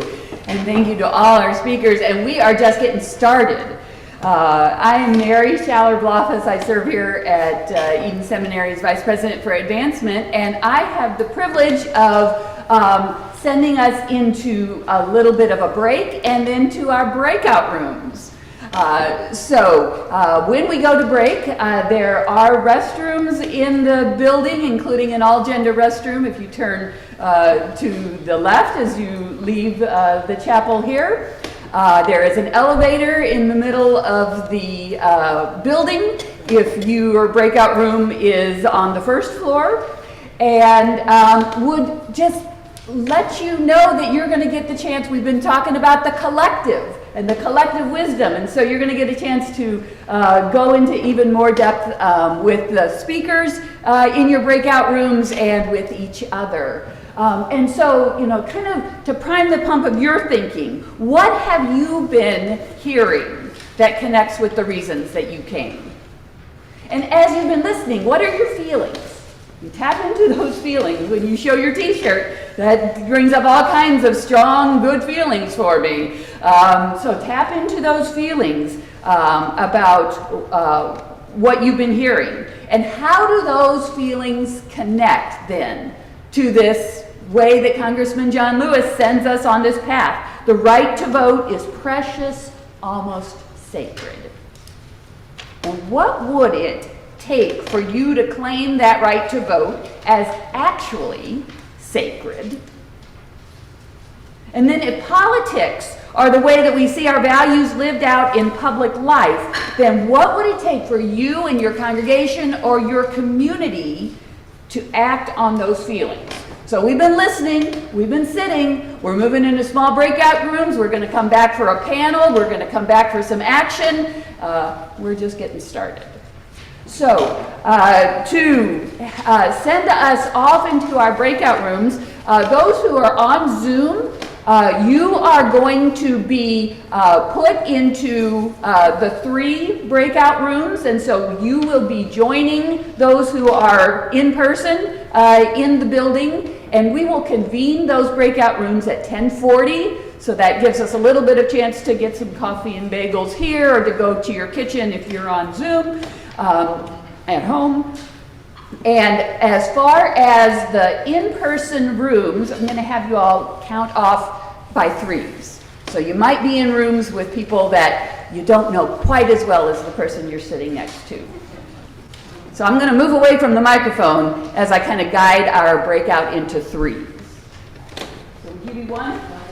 And we are so happy that everyone is in conversation and that there is so much energy in the room, and that energy is going to have the opportunity to continue into action. So I would invite folks to have a seat. We're going to have our panelists right up here with our intrepid leader, DeMarco Davidson of the Metropolitan Congregations United. There you go. DeMarco, I'm going to let you take it away. All right, check. All right, I think we're great. Turn the lever. So, first and foremost, I would just want to say thank you for every single soul, every single person who logged in, who drove in, who phoned in, who checked in. And I just also want to give a huge shout out. I was asked to be the moderator in place of someone who wasn't able to make it, Reverend Mike Addy, who's also an Eaton alum. And so I just, like if y'all know Mike Addy, he is a powerful brother who is really doing the Lord's work and making some major moves happen in the greater St. Louis area. So we're gonna go ahead and get started. I can't wait to hear from my panelists. First off, also, I always like doing this. Make sure y'all give yourself a round of applause. Make sure y'all give yourself a round of applause. People in Zoom, do something. People in Zoom. Because what I heard from this morning, but also throughout in the breakout session, I heard that people are angry, frustrated, fed up, pissed off, miffed, but they're ready to fight. They're not giving up. We haven't quit. And that's what's exciting about who we, not just what we are dealing with and what we are experiencing, but who we are. And I think it does definitely tie into our faith. You gotta have some type of faith to continue to endure what we've been experiencing. So I want to turn it over to the facilitators, to those who shared earlier. What were some things that came out of the rooms, the breakout rooms that you all were in connection to today? And yep. There is a sense of, the information was confrontational that we all shared, and that confrontation of truth, the breakout that I was in was like dealing with it, was grappling with the truth and the reality of what was being shared, and some of the experiences of it after the grapple of the truth was a sense of, in some ways, overwhelmed, in some ways, what must I do, in some ways, just kind of reckoning with the state of affairs. To your point, not to shut down, but just kind of simmering in the reality of what knowledge was dropped. Thank you. Denise. David started us off with the John Lewis quote that the right to vote is precious, almost sacred, and he kind of homed in on almost. Why almost? And we had a discussion about whether we thought the right to vote was indeed sacred, and what the part of almost was about, and really reflected on those who are left out of the process due to systemic barriers and systemic racism and intentional barriers placed to that participation, and that it won't be it's not sacred until it includes all of us. And that led into a discussion about trust. Trust in the process writ large, trust in one another, and ways that we can sort of break down some of those barriers of distrust to more fully engage our entire communities. And we talked about who wasn't there in the room. We talked about our own privilege in this space. Everybody was sort of a certain age. Everybody in there, it was majority white in there. We talked about that privilege that we had of being able to consider our right to vote sacred, because we had modeling, we had our family members who were active in the process, who took us through the process, as opposed to being in families where our parents weren't allowed to vote, who faced barriers to vote, who were told their voices didn't matter, right? And so that we didn't reach any, I think, final answers, but did land on that role of trust being a really important piece to continue individually and collectively working to build. Mm-hmm. Yeah, I definitely think there was a connection in what you shared earlier as well, with that people got to believe that, one, they can see themselves and see that, but then also that change can actually occur.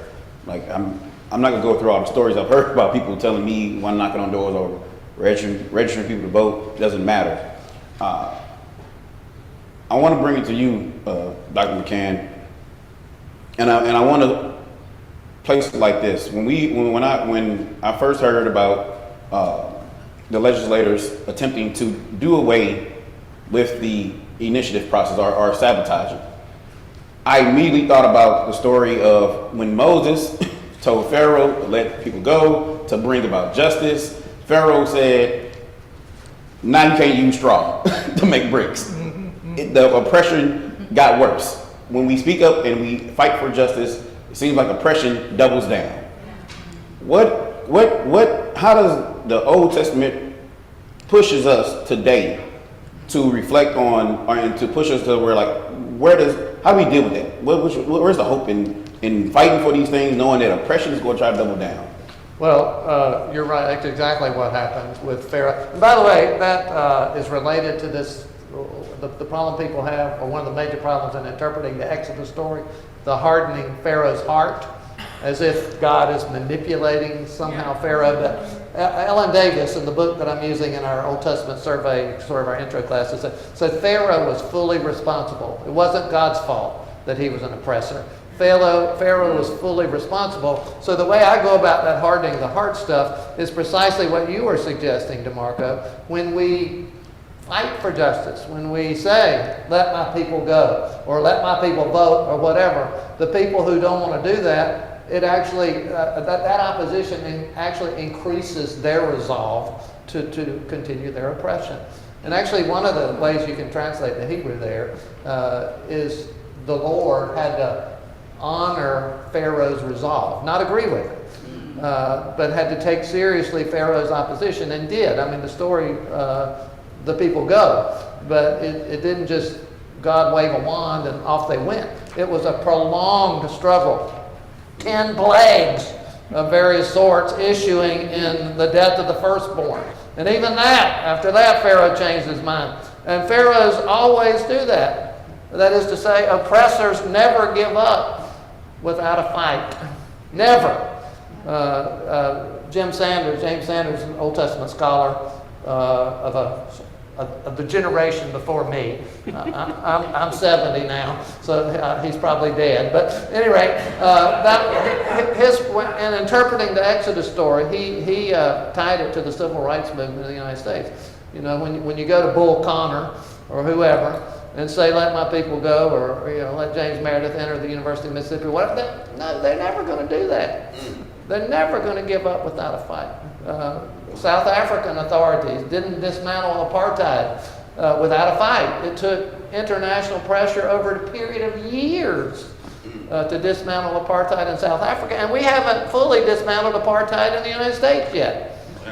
You see, after what? How many years are we after the Civil War? 1865 to 157 years or something like that. It took the Presbyterian Church over 100 years to get back together after we split at the Civil War. It took over 100 years, you see. I mean, it's struggle, and more struggle. That's why I've said it in the group, and I've said it all the time. I can't be optimistic.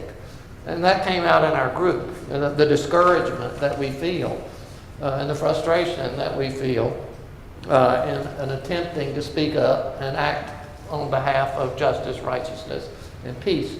Because there's so many people who don't want to hear it, and who, in fact, whose resolve is strengthened when we oppose them. You see, that can be discouraging too. But so I'm not optimistic, but I'm hopeful. And I'm hopeful partly because I read the Bible, and partly because I'm part of a community of faith, and I'm Presbyterian. But, quite frankly, I feel a kinship with many Jewish folk, much more so than my Presbyterian brothers and sisters, and certainly much more so with many of my Christian brothers and sisters who, in the name of God, continue the oppression. That's really discouraging. You see, so anyway. I wanted to make sure I wonder, like, how do you all respond to that as well? Yeah. Give us some hope there. Yeah. Oh, well, I'm grateful for group 2 because very quickly, as I had just talked about, we initially were kind of soaking in the woo of what we had just been through, but quickly decided that it is a decision to stay in the sense of overwhelm. It's a decision. It's a choice to make. And so our group started deciding to think about solutioning and what solutioning needs to look like. And that is also my response. And I kind of stoked it that way because that's what I think. So some of those things that, for example, the wisdom was, if I focus too much on this outcome, it gets overwhelming and I feel a little bit stuck. But if I let go of the outcome and think of what I can do a lot. And there were specific examples of apps that were called and the way that people can activate door to door in their time and the value of that. There was examples of, hey, there are churches all over the state of Missouri. And so although we are in sometimes a little bit more of a blue bubble in St. Louis, there is a way where we can think strategically about relationships that build trust, that broaden how we think across the state of Missouri through faith. Why not leverage that? So those are the type of examples given, and that's also how I feel. I appreciate that. Yeah, and I want to challenge you a little bit on, or maybe not challenge you, but this sort of notion of kind of people are dejected or fearful of speaking out or feel disillusioned. Because one thing that we can do, I mean, we are here, this space is a space of privilege, and I think it's important to call that out. We have the ability to speak out and say things with less risk than many other people do. And that is, I think, where this imperative for us comes from. And we have, and obviously, you know, when we start thinking big and systemically, changing systems feels really, really big and really haughty. But there are things we can each do just on that individual level to speak truth to power, to call out untruths, to remind people that not everybody's lived experience is like yours. And to call that out and to call people to compassion, to call people to truly listen and see and validate as true others' lived experiences.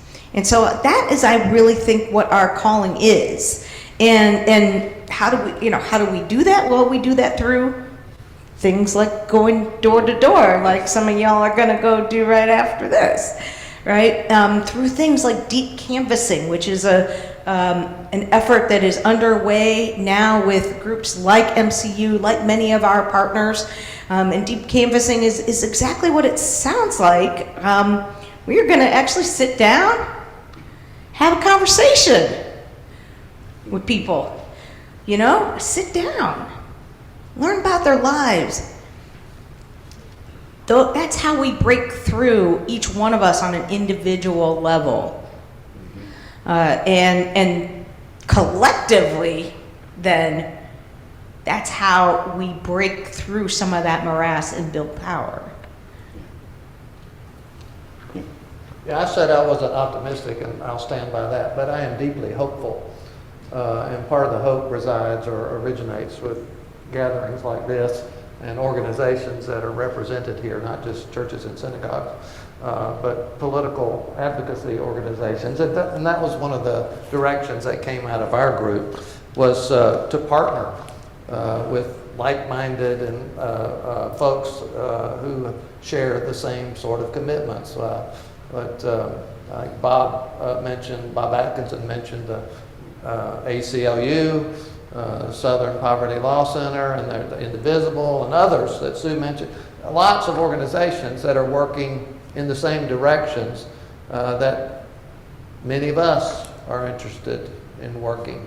And that kind of support addresses the propensity to get discouraged or to give up or whatever, it seems to me too. And there were some other helpful suggestions and in the same direction that Chris mentioned, form common interest groups or join groups across the divisions that generally tend to divide us, whether it be race or age. Somebody was commenting the age of folks here, the color of folks here, but try to form partnerships that aren't just people like whoever you are, color, age, whatever. Sounds like you're calling us to get a little uncomfortable, which is what it sounded like. Well, it may be, but that sort of discomfort is positive. Yes. You see, yeah, definitely. So I literally only had one job today, and I messed that job up. But we're going to actually do the call of action. However, I think our panelists have already pushed us, and I think we might be ready for a call of action. And when we finish our call, and make sure people get prepped and ready, we're going to have Reverend Bethany go finish. You'll give us an adjournment, I guess, a benediction. Good word, send us forth. So I also want us to, when we mentioned relationships, we mentioned bridging, we mentioned so many aspects, and that's one of the things that I personally also think that really matters. It makes a difference. I shared with the group that a lot of local newspapers no longer exist, so people get their news from cable news networks, and a lot of these cable news networks are literally considered to be entertainment. or worse, Yeah. So they don't have to actually. So therefore, the news they present will always have a bias in some capacity because it's entertainment. Because it's about keeping viewers glued in. It's not about actually sharing information and letting people decide on their own. And with that, also the breakdown of relationships. So at MCU and many other organizations across the state, across the country, are working to redevelop those relationships, and we do that around self-interest. Self-interest meaning how does this impact me individually, but also connected to the entire community as well. So, where's Julie? So, Julie, first off, I need to hear everybody say action. Action. Action. Action. Action. Say it louder. Action. Action. Say it so Kirkwood can hear y'all. Action. Action. Say it so Brentwood can hear y'all. Action. Action. All right, I think we're ready for some action now. So the first call to action is literally sending an email to your legislators. So those who live in Missouri, right? Those who live in Missouri, those who are in Missouri, you can actually go, and if you got a cell phone, a smartphone, if you're on your computer, you can actually go to, and it's located already, the tinyurl.com/protectvoterpower. tinyurl.com/protectvoterpower. You all already heard Attorney Denise Lieberman break everything down about the issues with our petition process and why the legislators are attacking it. Basically, we winning too much. Everybody say winning. Winning. Right, we winning too much. The legislators don't like it. They want to stay in control. The aspect of staying in power, they want that. And any reduction of power, any reduction of privilege to them feels like oppression in some capacity or another. So we're asking you right now to go on to tinyurl.com/protectvoterpower. There's a way you can actually put in your name, your address, and it creates a email that goes directly to your state legislators in Missouri. Now, some of us have already done that. Congratulations, great job. But I think it's about like at least 50 people. So if we can do that, that'd be fantastic. At the same time, I'm asking you now, for those who already done it, to text that link to 5 other people right now. Literally, like right now. I'm about to do it as well. Text the link to 5 other people and ask them to do the same. Hey, and this is what I'm literally saying. the Missouri some of the legislators, because I'm not into like painting all of them with the same brush. Some of the Missouri legislators are trying to undo the process where we've been winning a lot of things that people in the community want. Can you please let your legislators know to leave the process alone? That's plain and simple. Leave the process alone, the way it is. And I recognize that a lot of us are from St. Louis, so our state legislators are pretty supportive of what we normally ask them to do.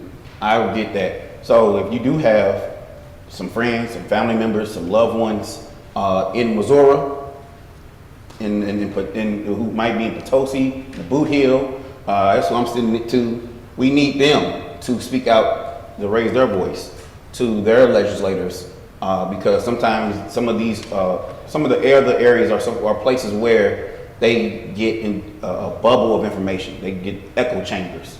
So we need to make sure that our relatives, our loved ones are also pushing back, because it's their voter power also. It's their voter power as well. So I'm gonna give people just a quick second to take care of that. And Denise, go ahead. Mm-hmm. I really want to thank you for that call to action, because it's really important. And I just want to emphasize that. I'm going to give you one other way to get involved. First, even if your legislator is supportive, they need to hear from you. Jefferson City can be a lonely place for people that believe in the basic human dignity of all Missourians. They need to know that you've got their back. Second, the Missouri Voter Protection Coalition policy advocacy is one of our core pillars of how we effectuate our mission.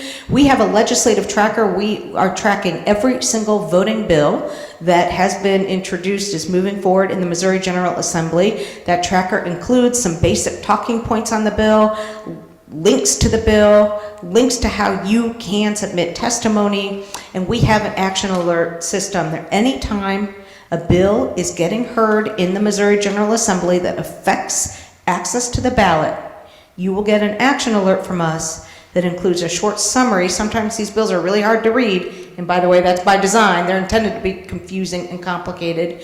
We will break it down, provide some bullet points, provide links to how you can submit testimony.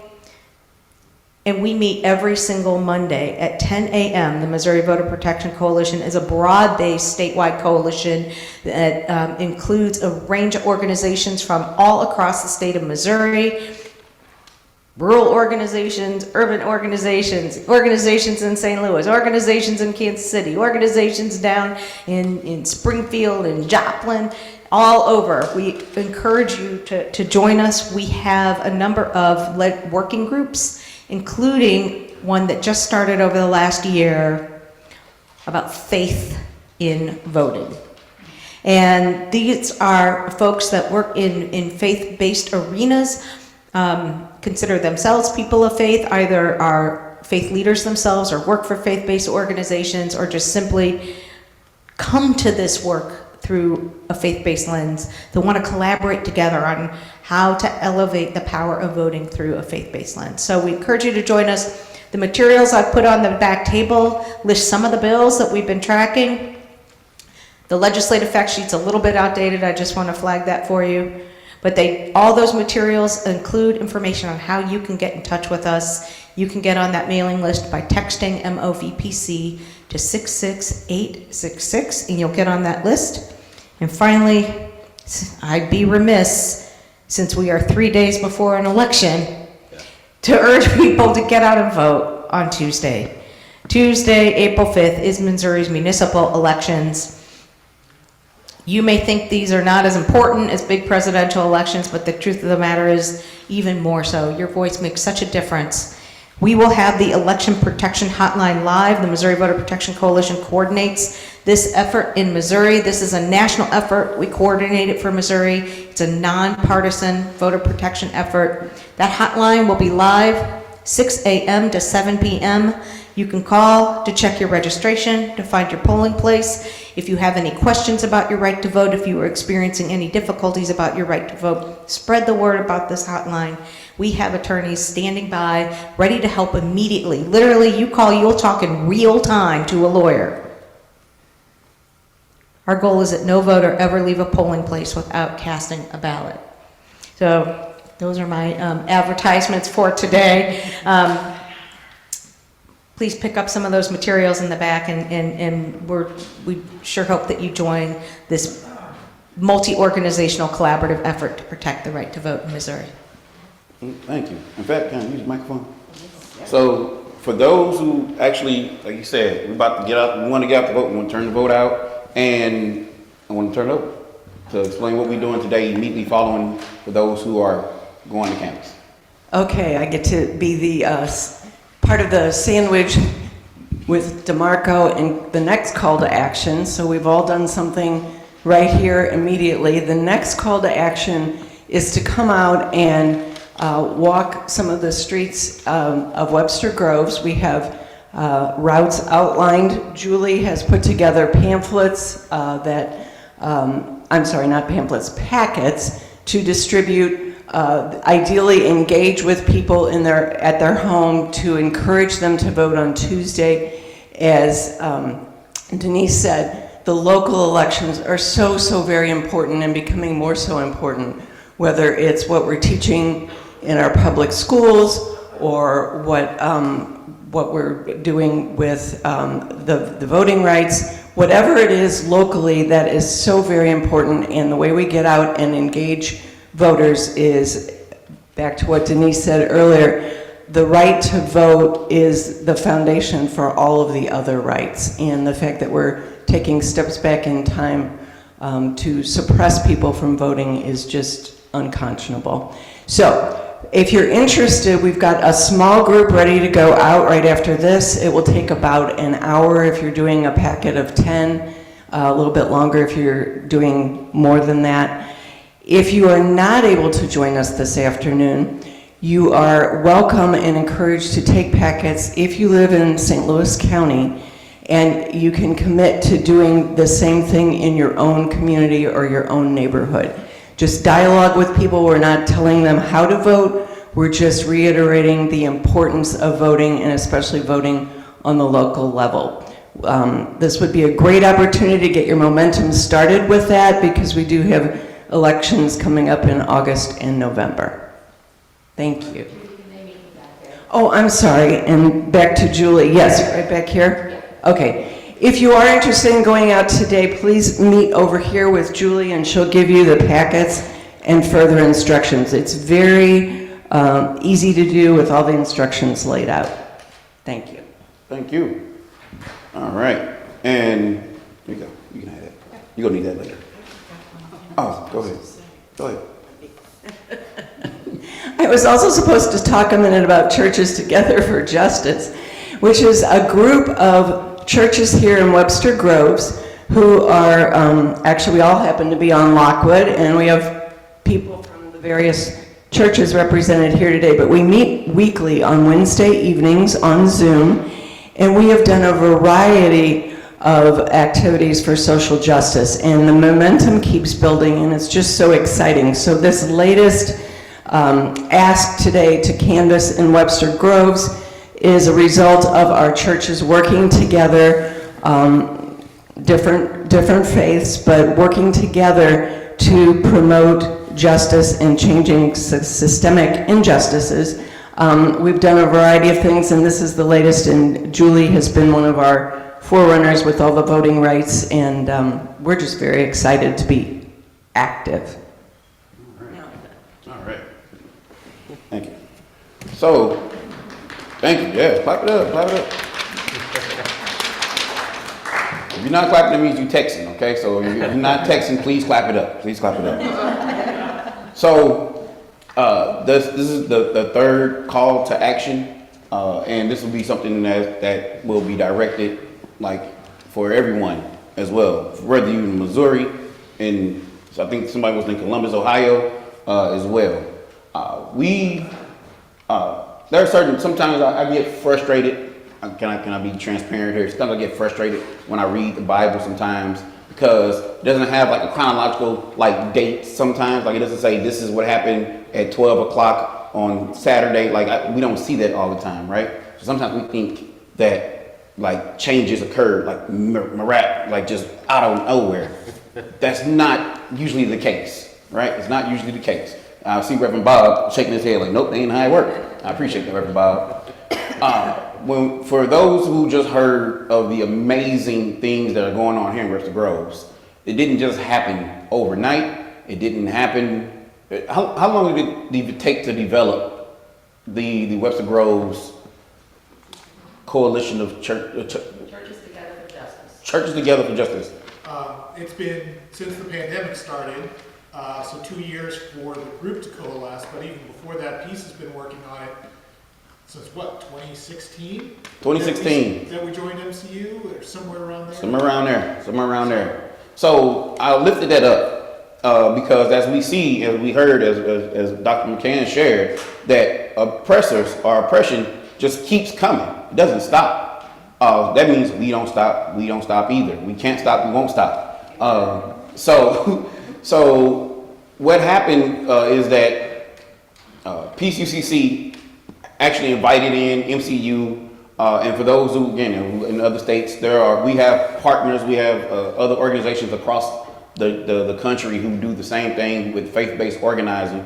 And we came in, we did some one-on-ones, we listened to what Peace UCC said they wanted to be about and who they were already. They took an inventory, they did listening campaigns internally.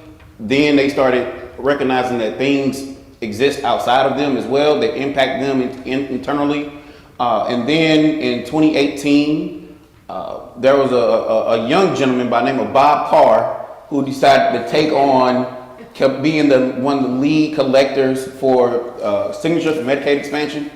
And MCU, I think, collected over 15,000 signatures, but that was a huge amount of effort from Bob Carr, from PCCC, and so many other congregations as well. So it wasn't just one congregation. But after that, they didn't stop. They kept going and kept building and started developing relationships throughout the entire Lockwood, up and down the street of Lockwood. And that was intentional. And today, they are actually influencing the Webster Groves elections. They are influencing the Webster Groves elections.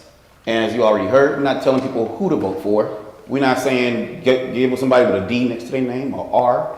But we're letting people know that these things take time, it takes intention, and as we shared, it takes coalition, it takes community building, it takes partnership, but more importantly, it takes the strategy of organizing internally to express the influence and the power externally.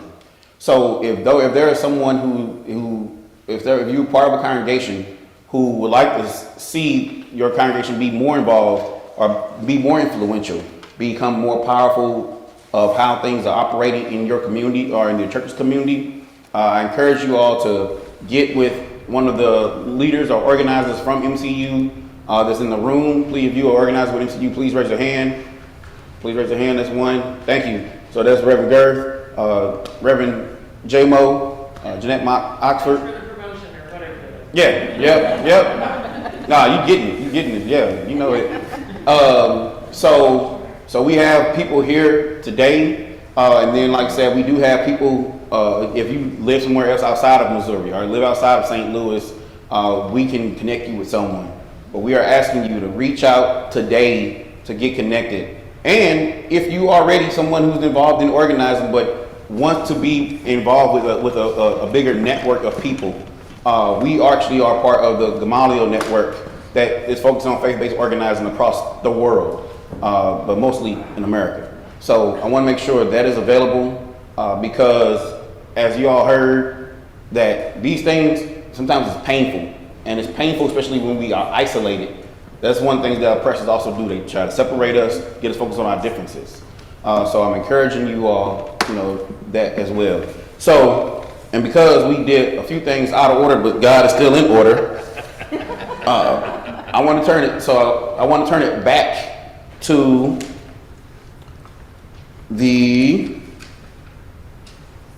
I want to make sure I'm doing this correctly.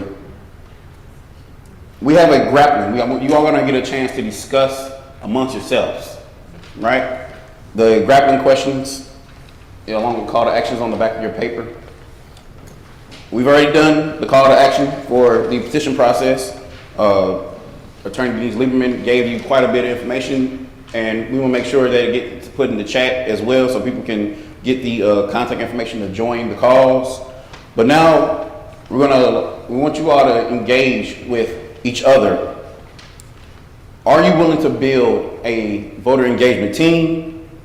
Who do you want on your team? How many? And if those questions might seem a little too lofty for those who might not be in leadership at your church, because I'm a leader at my church, but before that, I was like, I wouldn't know how to answer that question. I got to have a conversation with my pastor. If that's the question, how do I actually have these discussions and conversations with my pastor in order for us to get more involved, more engaged? That could be the question too. So if you can, just turn to the person that's close to you. And we can float around. If you're not sure how to respond, just stick your hand up and one of us will come and think with you. Yep. So again, because we don't want anyone to leave today feeling the same way they felt when they first came here. We don't want anyone feeling like they got to tackle this all by themselves. That's when the oppressors win. So today, we will be walking out of here winning one way or another. So, 10 minutes? 10 minutes. 10 minutes. 10 minutes. Go. Good job, everybody. Great job. Great job. That's the fastest people ever came back ever. So, we would like to hear what some of the things that were shared, and we are going to actually open up for questions to the panelists too. Kathy wants to know how to get the information that's handed out. All right. I think Kathy, thank you for tuning in. The awesome tech people, specifically Jay, will provide information for you and to you. What particular information that's handed out? I guess because there's quite a bit of information handed out. Anything in particular? I'll be happy to provide copies of our palm cards and educational materials that we have here on paper. We've got those electronically too. We've got links to those online, and I'll be happy to share that with the organizers to send out. Yeah, that's what I was talking about. Awesome. Thank you, Kathy and Dan. All right. So we just want to hear what some of the discussions and are there any questions for the panelists?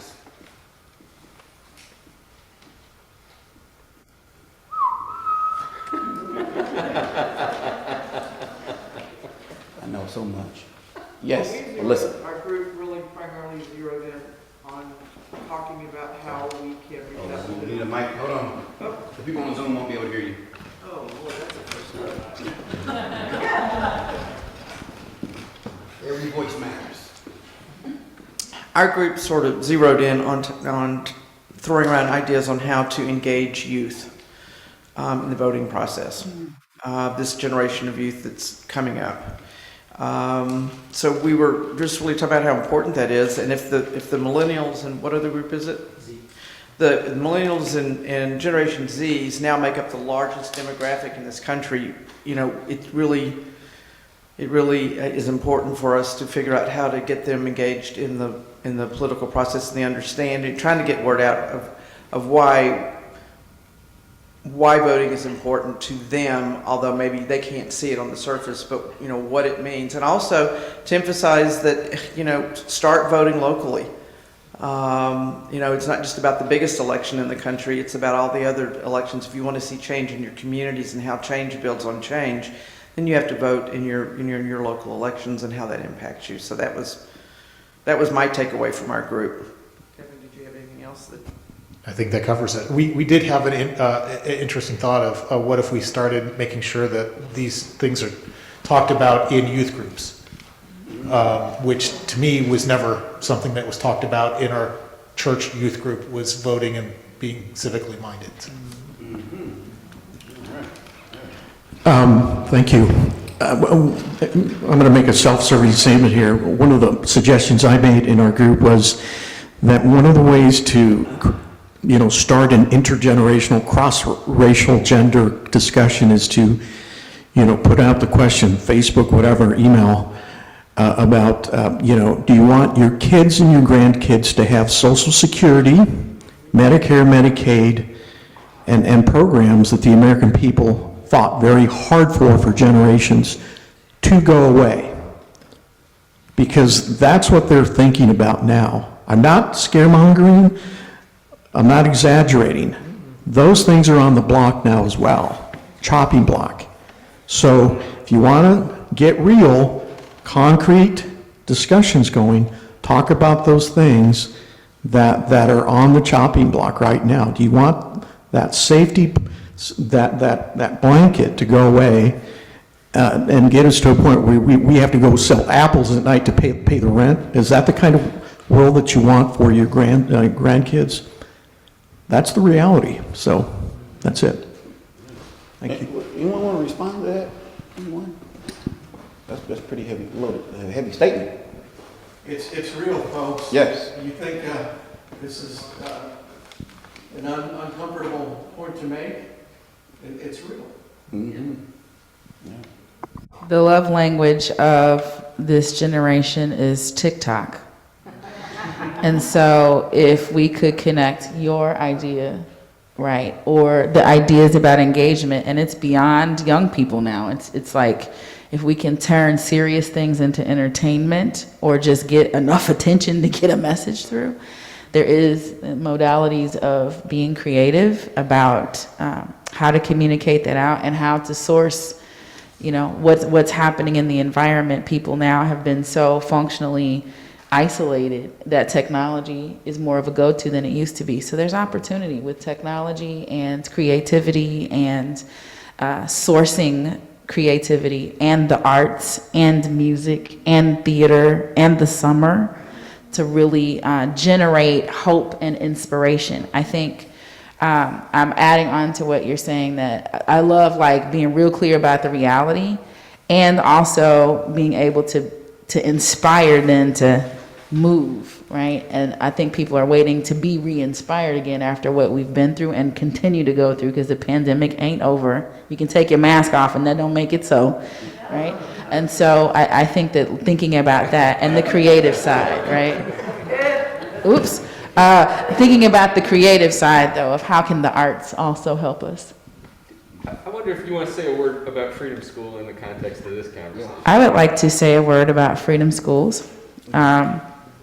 We are grateful that our partner, anybody know a guy named Starsky Wilson? Okay, that guy? Right. Nobody know what Freedom School is. Yeah, right. So Starsky Wilson went up to the Children's Defense Fund at the national level. And in doing so, the partnership with Deaconess Foundation and Children's Defense Fund solidified even more. Deaconess has made a commitment under my leadership of ensuring that the next 5 years looks like doubling down on the existing Freedom Schools we have and sustaining that through partnership. Freedom Schools is a 6 to 7 week program in the summer, of which we can't find our children that we used to serve because pandemic scattered the flock. And so we are looking to reestablish relationships again with our children and families. And there's also means that there's more open space than there once would have been for young people, K or 0 through 5, K through 5, families to be able to receive education that's fun and culturally responsive, that makes you feel good about being Black or brown in particular. And if you're not, your children are welcome too, because everybody comes from Africa. I'm just saying. And so in that, the Freedom Schools, we are looking, our application was through April 4th, but ignore that because our babies are scattered and we gotta find them. Okay, so if you go on the Deaconess Foundation website, there's a description of the song, the reading skills. P.S. Did we tell you that Peace UCC is one of our participants, that after being able to participate in that 7-week experience, young people not only don't lose what they typically lose from going into a summer without, intensive education, but they actually make significant gains that they keep. The city of St. Louis is seeing that to the extent that we're partnering with them with Webster Groves and other places. So consider that. If you know children and families, we would love to make sure that they're engaged. And how much does Freedom School cost? Goose egg. To the participants, the children and families, it does not cost, but it is because there is significant investment from the schools, from Deaconess Foundation and others that undergird that cost to make it free. All right. So you mean to tell me if I'm a member of a congregation and I know that there are young people in that congregation that needs some to maybe give mama and daddy a break or something, you know, during the day and also retain the education, they can come to a Freedom School? That is correct. That's correct. That is correct. Make that happen, y'all. Make that happen. How many sites are there for this summer? You're quizzing me. That's all good. Is Wendy here? She might know more than me. How many sites, Wendy? St. John's. Peace. You just say the number. You ain't got to. Yeah. Four. Four sites. All right. City and county. And they're not babysitters. There's educators. Yes. Who are the people that are caring for our people. Educators. They're not volunteer. Paid wellish. Paid wellish. Yeah. Yes. Yeah. Yeah. Next summer we're going to have 8. This summer we're going to have 4. Next summer we're going to have 8. Right? Yeah. And we're going to work on voter education in these Freedom Schools as well. All right. Yep, it does happen. It's going to happen. All right. Any other questions? I actually have a question for Denise. She doesn't know I'm about to ask this. But I want to make sure. Anybody got a question? Okay. So I first met, for those who don't know, I first met attorney Denise Lieberman when she was one of the co-leads of the Don't Shoot Coalition. Don't Shoot Coalition. It was in response to the Ferguson Uprising from the murder of Mike Brown. So, Attorney Denise, this was by far the most. When I think of the word diversity and inclusion, I think of the Don't Shoot Coalition. So I would like Denise to share what did it took to get to develop that, but also what lessons can we learn from that to continue building voter engagement and voter electoral power as well?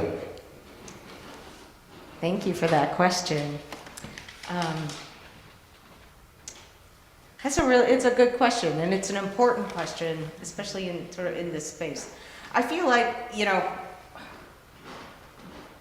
we can use our privilege to the benefit of the greater good by acknowledging our privilege in spaces, by creating space. We have the privilege. Y'all have the privilege to be able to walk around Webster Groves this afternoon and knock on people's doors without having the police called on you. Okay? Say that. People are gonna open the door for you and probably invite you in to sit down and have some lemonade at the table, right? And that's where you can have those conversations. But recognize that not everybody is able to do that. Right? So do this work, but also acknowledge your privilege in the space. And it's not a bad thing. You are not at fault with that privilege, right? It's acknowledging that it exists helps to dismantle these systemic barriers and create space. We can use our privilege to open, literally in what you're about to do, open doors, but figuratively open doors too and create spaces that allow other people to step into leadership. And so, recognizing that everybody's lived experience is not your lived experience, or that your experience is not everybody's. And I say this with the microphone in my hand. You don't always have to be the one talking, opening up space for other people to express their authentic lived experiences and validating that as equally valid to your own lived experience. What we do know is that it takes all of us, and it takes a multi-racial movement to achieve racial justice. The burden cannot be placed on the backs of oppressed communities to dismantle that oppression. The burden is on the backs of privileged communities to break down those walls and create space.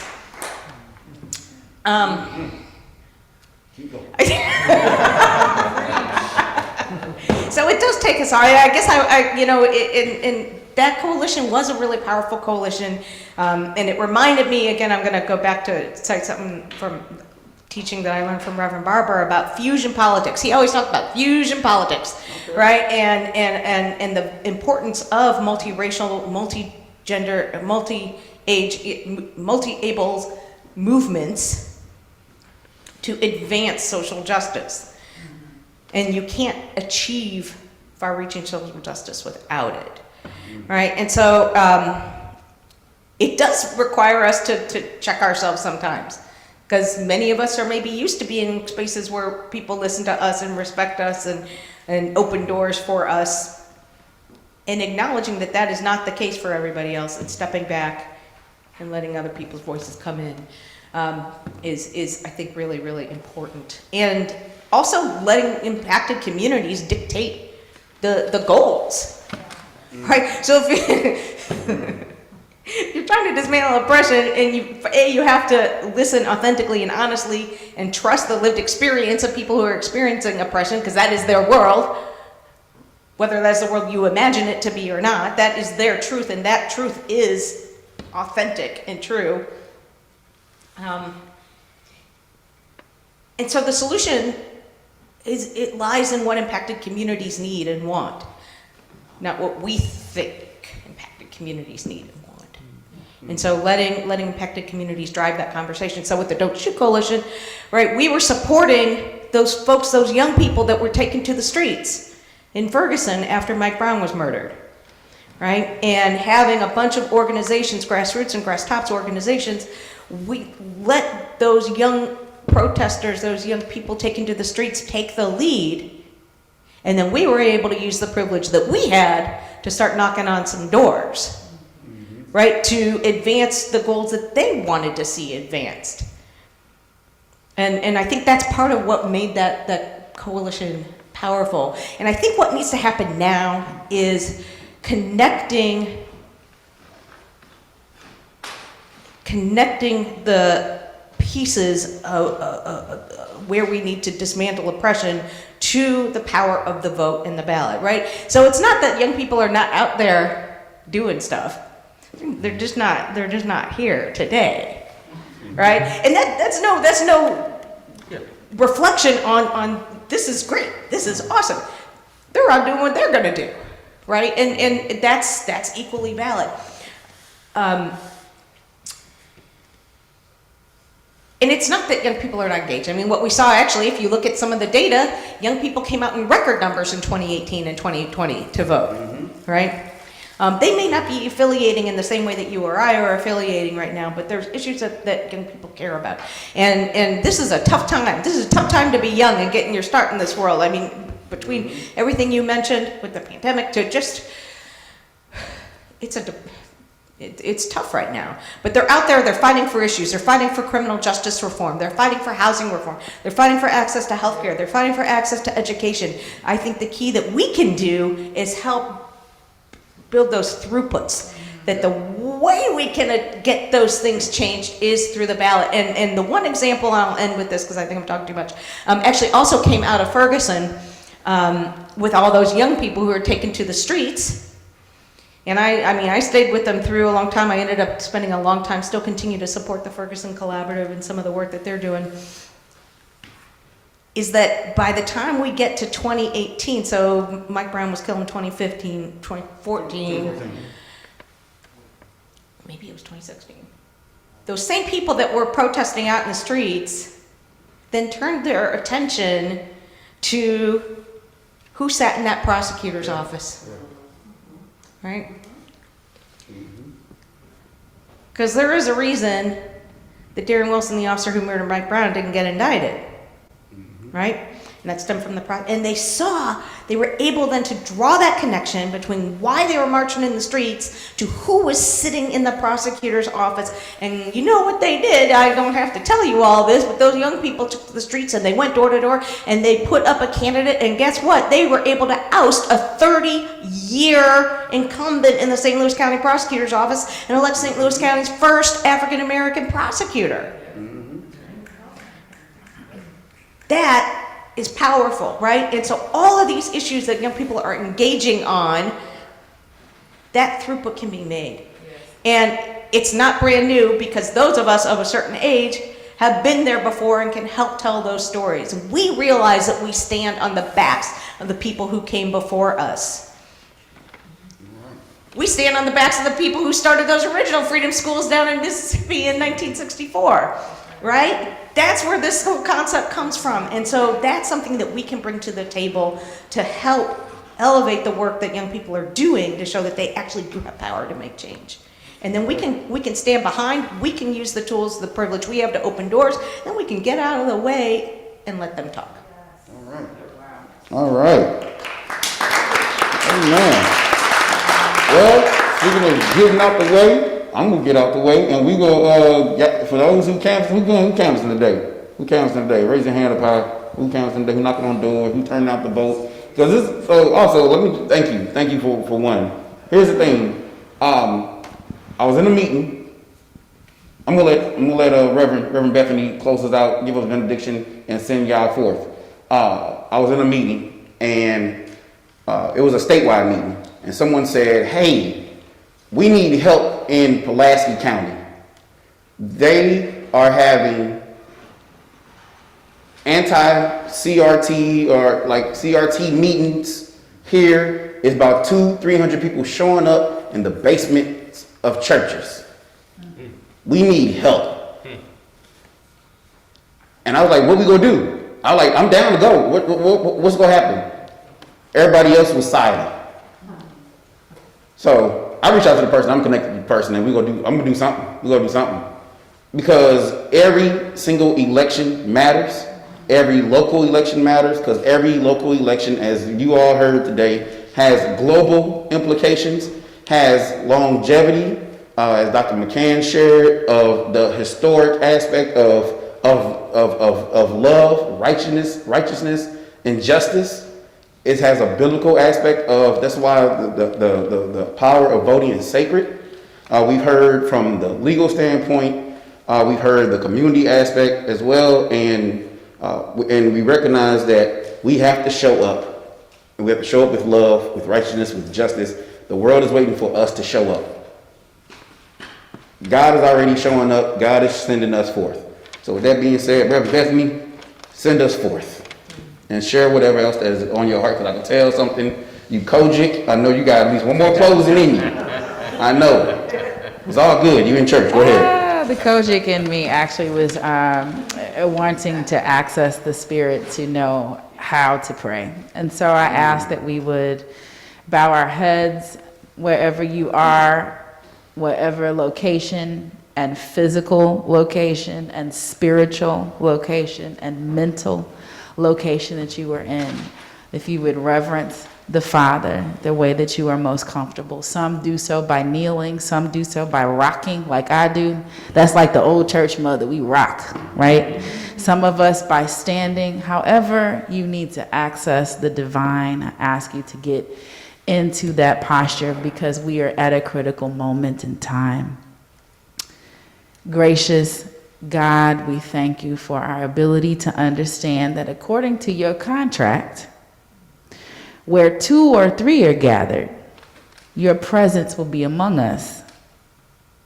I look around the room and I feel the presence of the Zoom room, and we have so many more than 2 or 3 gathered.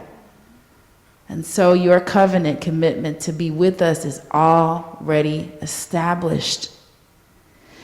And for that reason, we have hope, because the connection of the 2 or the 3 gathered means something to you. So we have the critical mass established. We remember that you dealt with the 11 and the 12 disciples. One was kind of a dud, but he had a purpose too. And so, God, we take that multiplier to the 11 or 12, and I look around the room, and I look at the Zoom room, and I realize we have more than the 12. And so we have the capacity that we need to get the work done. I know we are tempted to consider that we don't have enough. But your word says that there are more that be with us than be with them. So we rest in hope and optimism in this moment because we choose to, Father. We choose to decide that we are capable, that we are powerful, that we have relationship and community, that your spirit flows through us. Anybody else feeling the spirit of the Lord? Just for a moment, in your own style, I'm Pentecostal, but in your style, feel the presence of the Lord that anoints you now. Hallelujah. That's what comes to me to say. Feel the presence of the Lord that anoints you to do the work. Take your hands and just put them up. The servant posture of the hands, just put them up. By faith, feel the presence of the Lord. Anoint your hands to do the work that is purposed for you to do, and say the following: yes, Lord. Yes, Lord. Yes, Lord. It is not because we are capable, but it is because we depend on your power to do the work. We call forth those who are getting ready to leave, to go to knock on doors, in the spirit of evangelism. We thank you for their feet, those beautiful feet that carry the good news. Yeah, there's a lot of good news. And so, Lord, we ask you now that you would bless them and anoint them, that the doors would be open when they knock, when they connect. We ask you for the young people who may not be in the room. Thank you, Denise. But they're moving and they're working and they're activating for your presence to be upon them. And we ask you, God, the way that you do, you leave the 99 and you go get the one.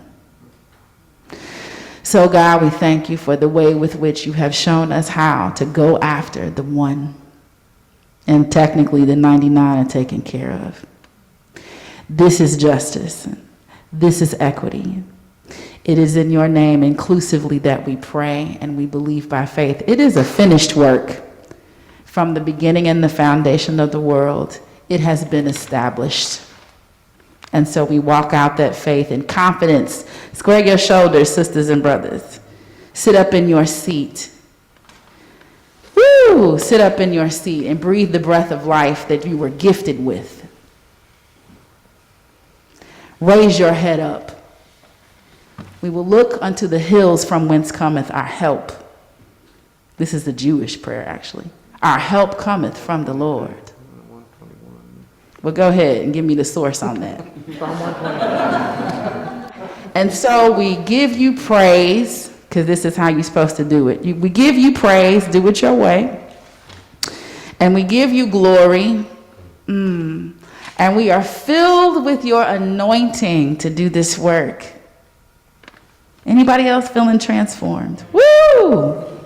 Sorry, the Pentecostals coming out in me. We're feeling transformed and full of your spirit. Put your hand on your belly, because out of your belly is what flows rivers of living water. It is in the matchless name of God we pray.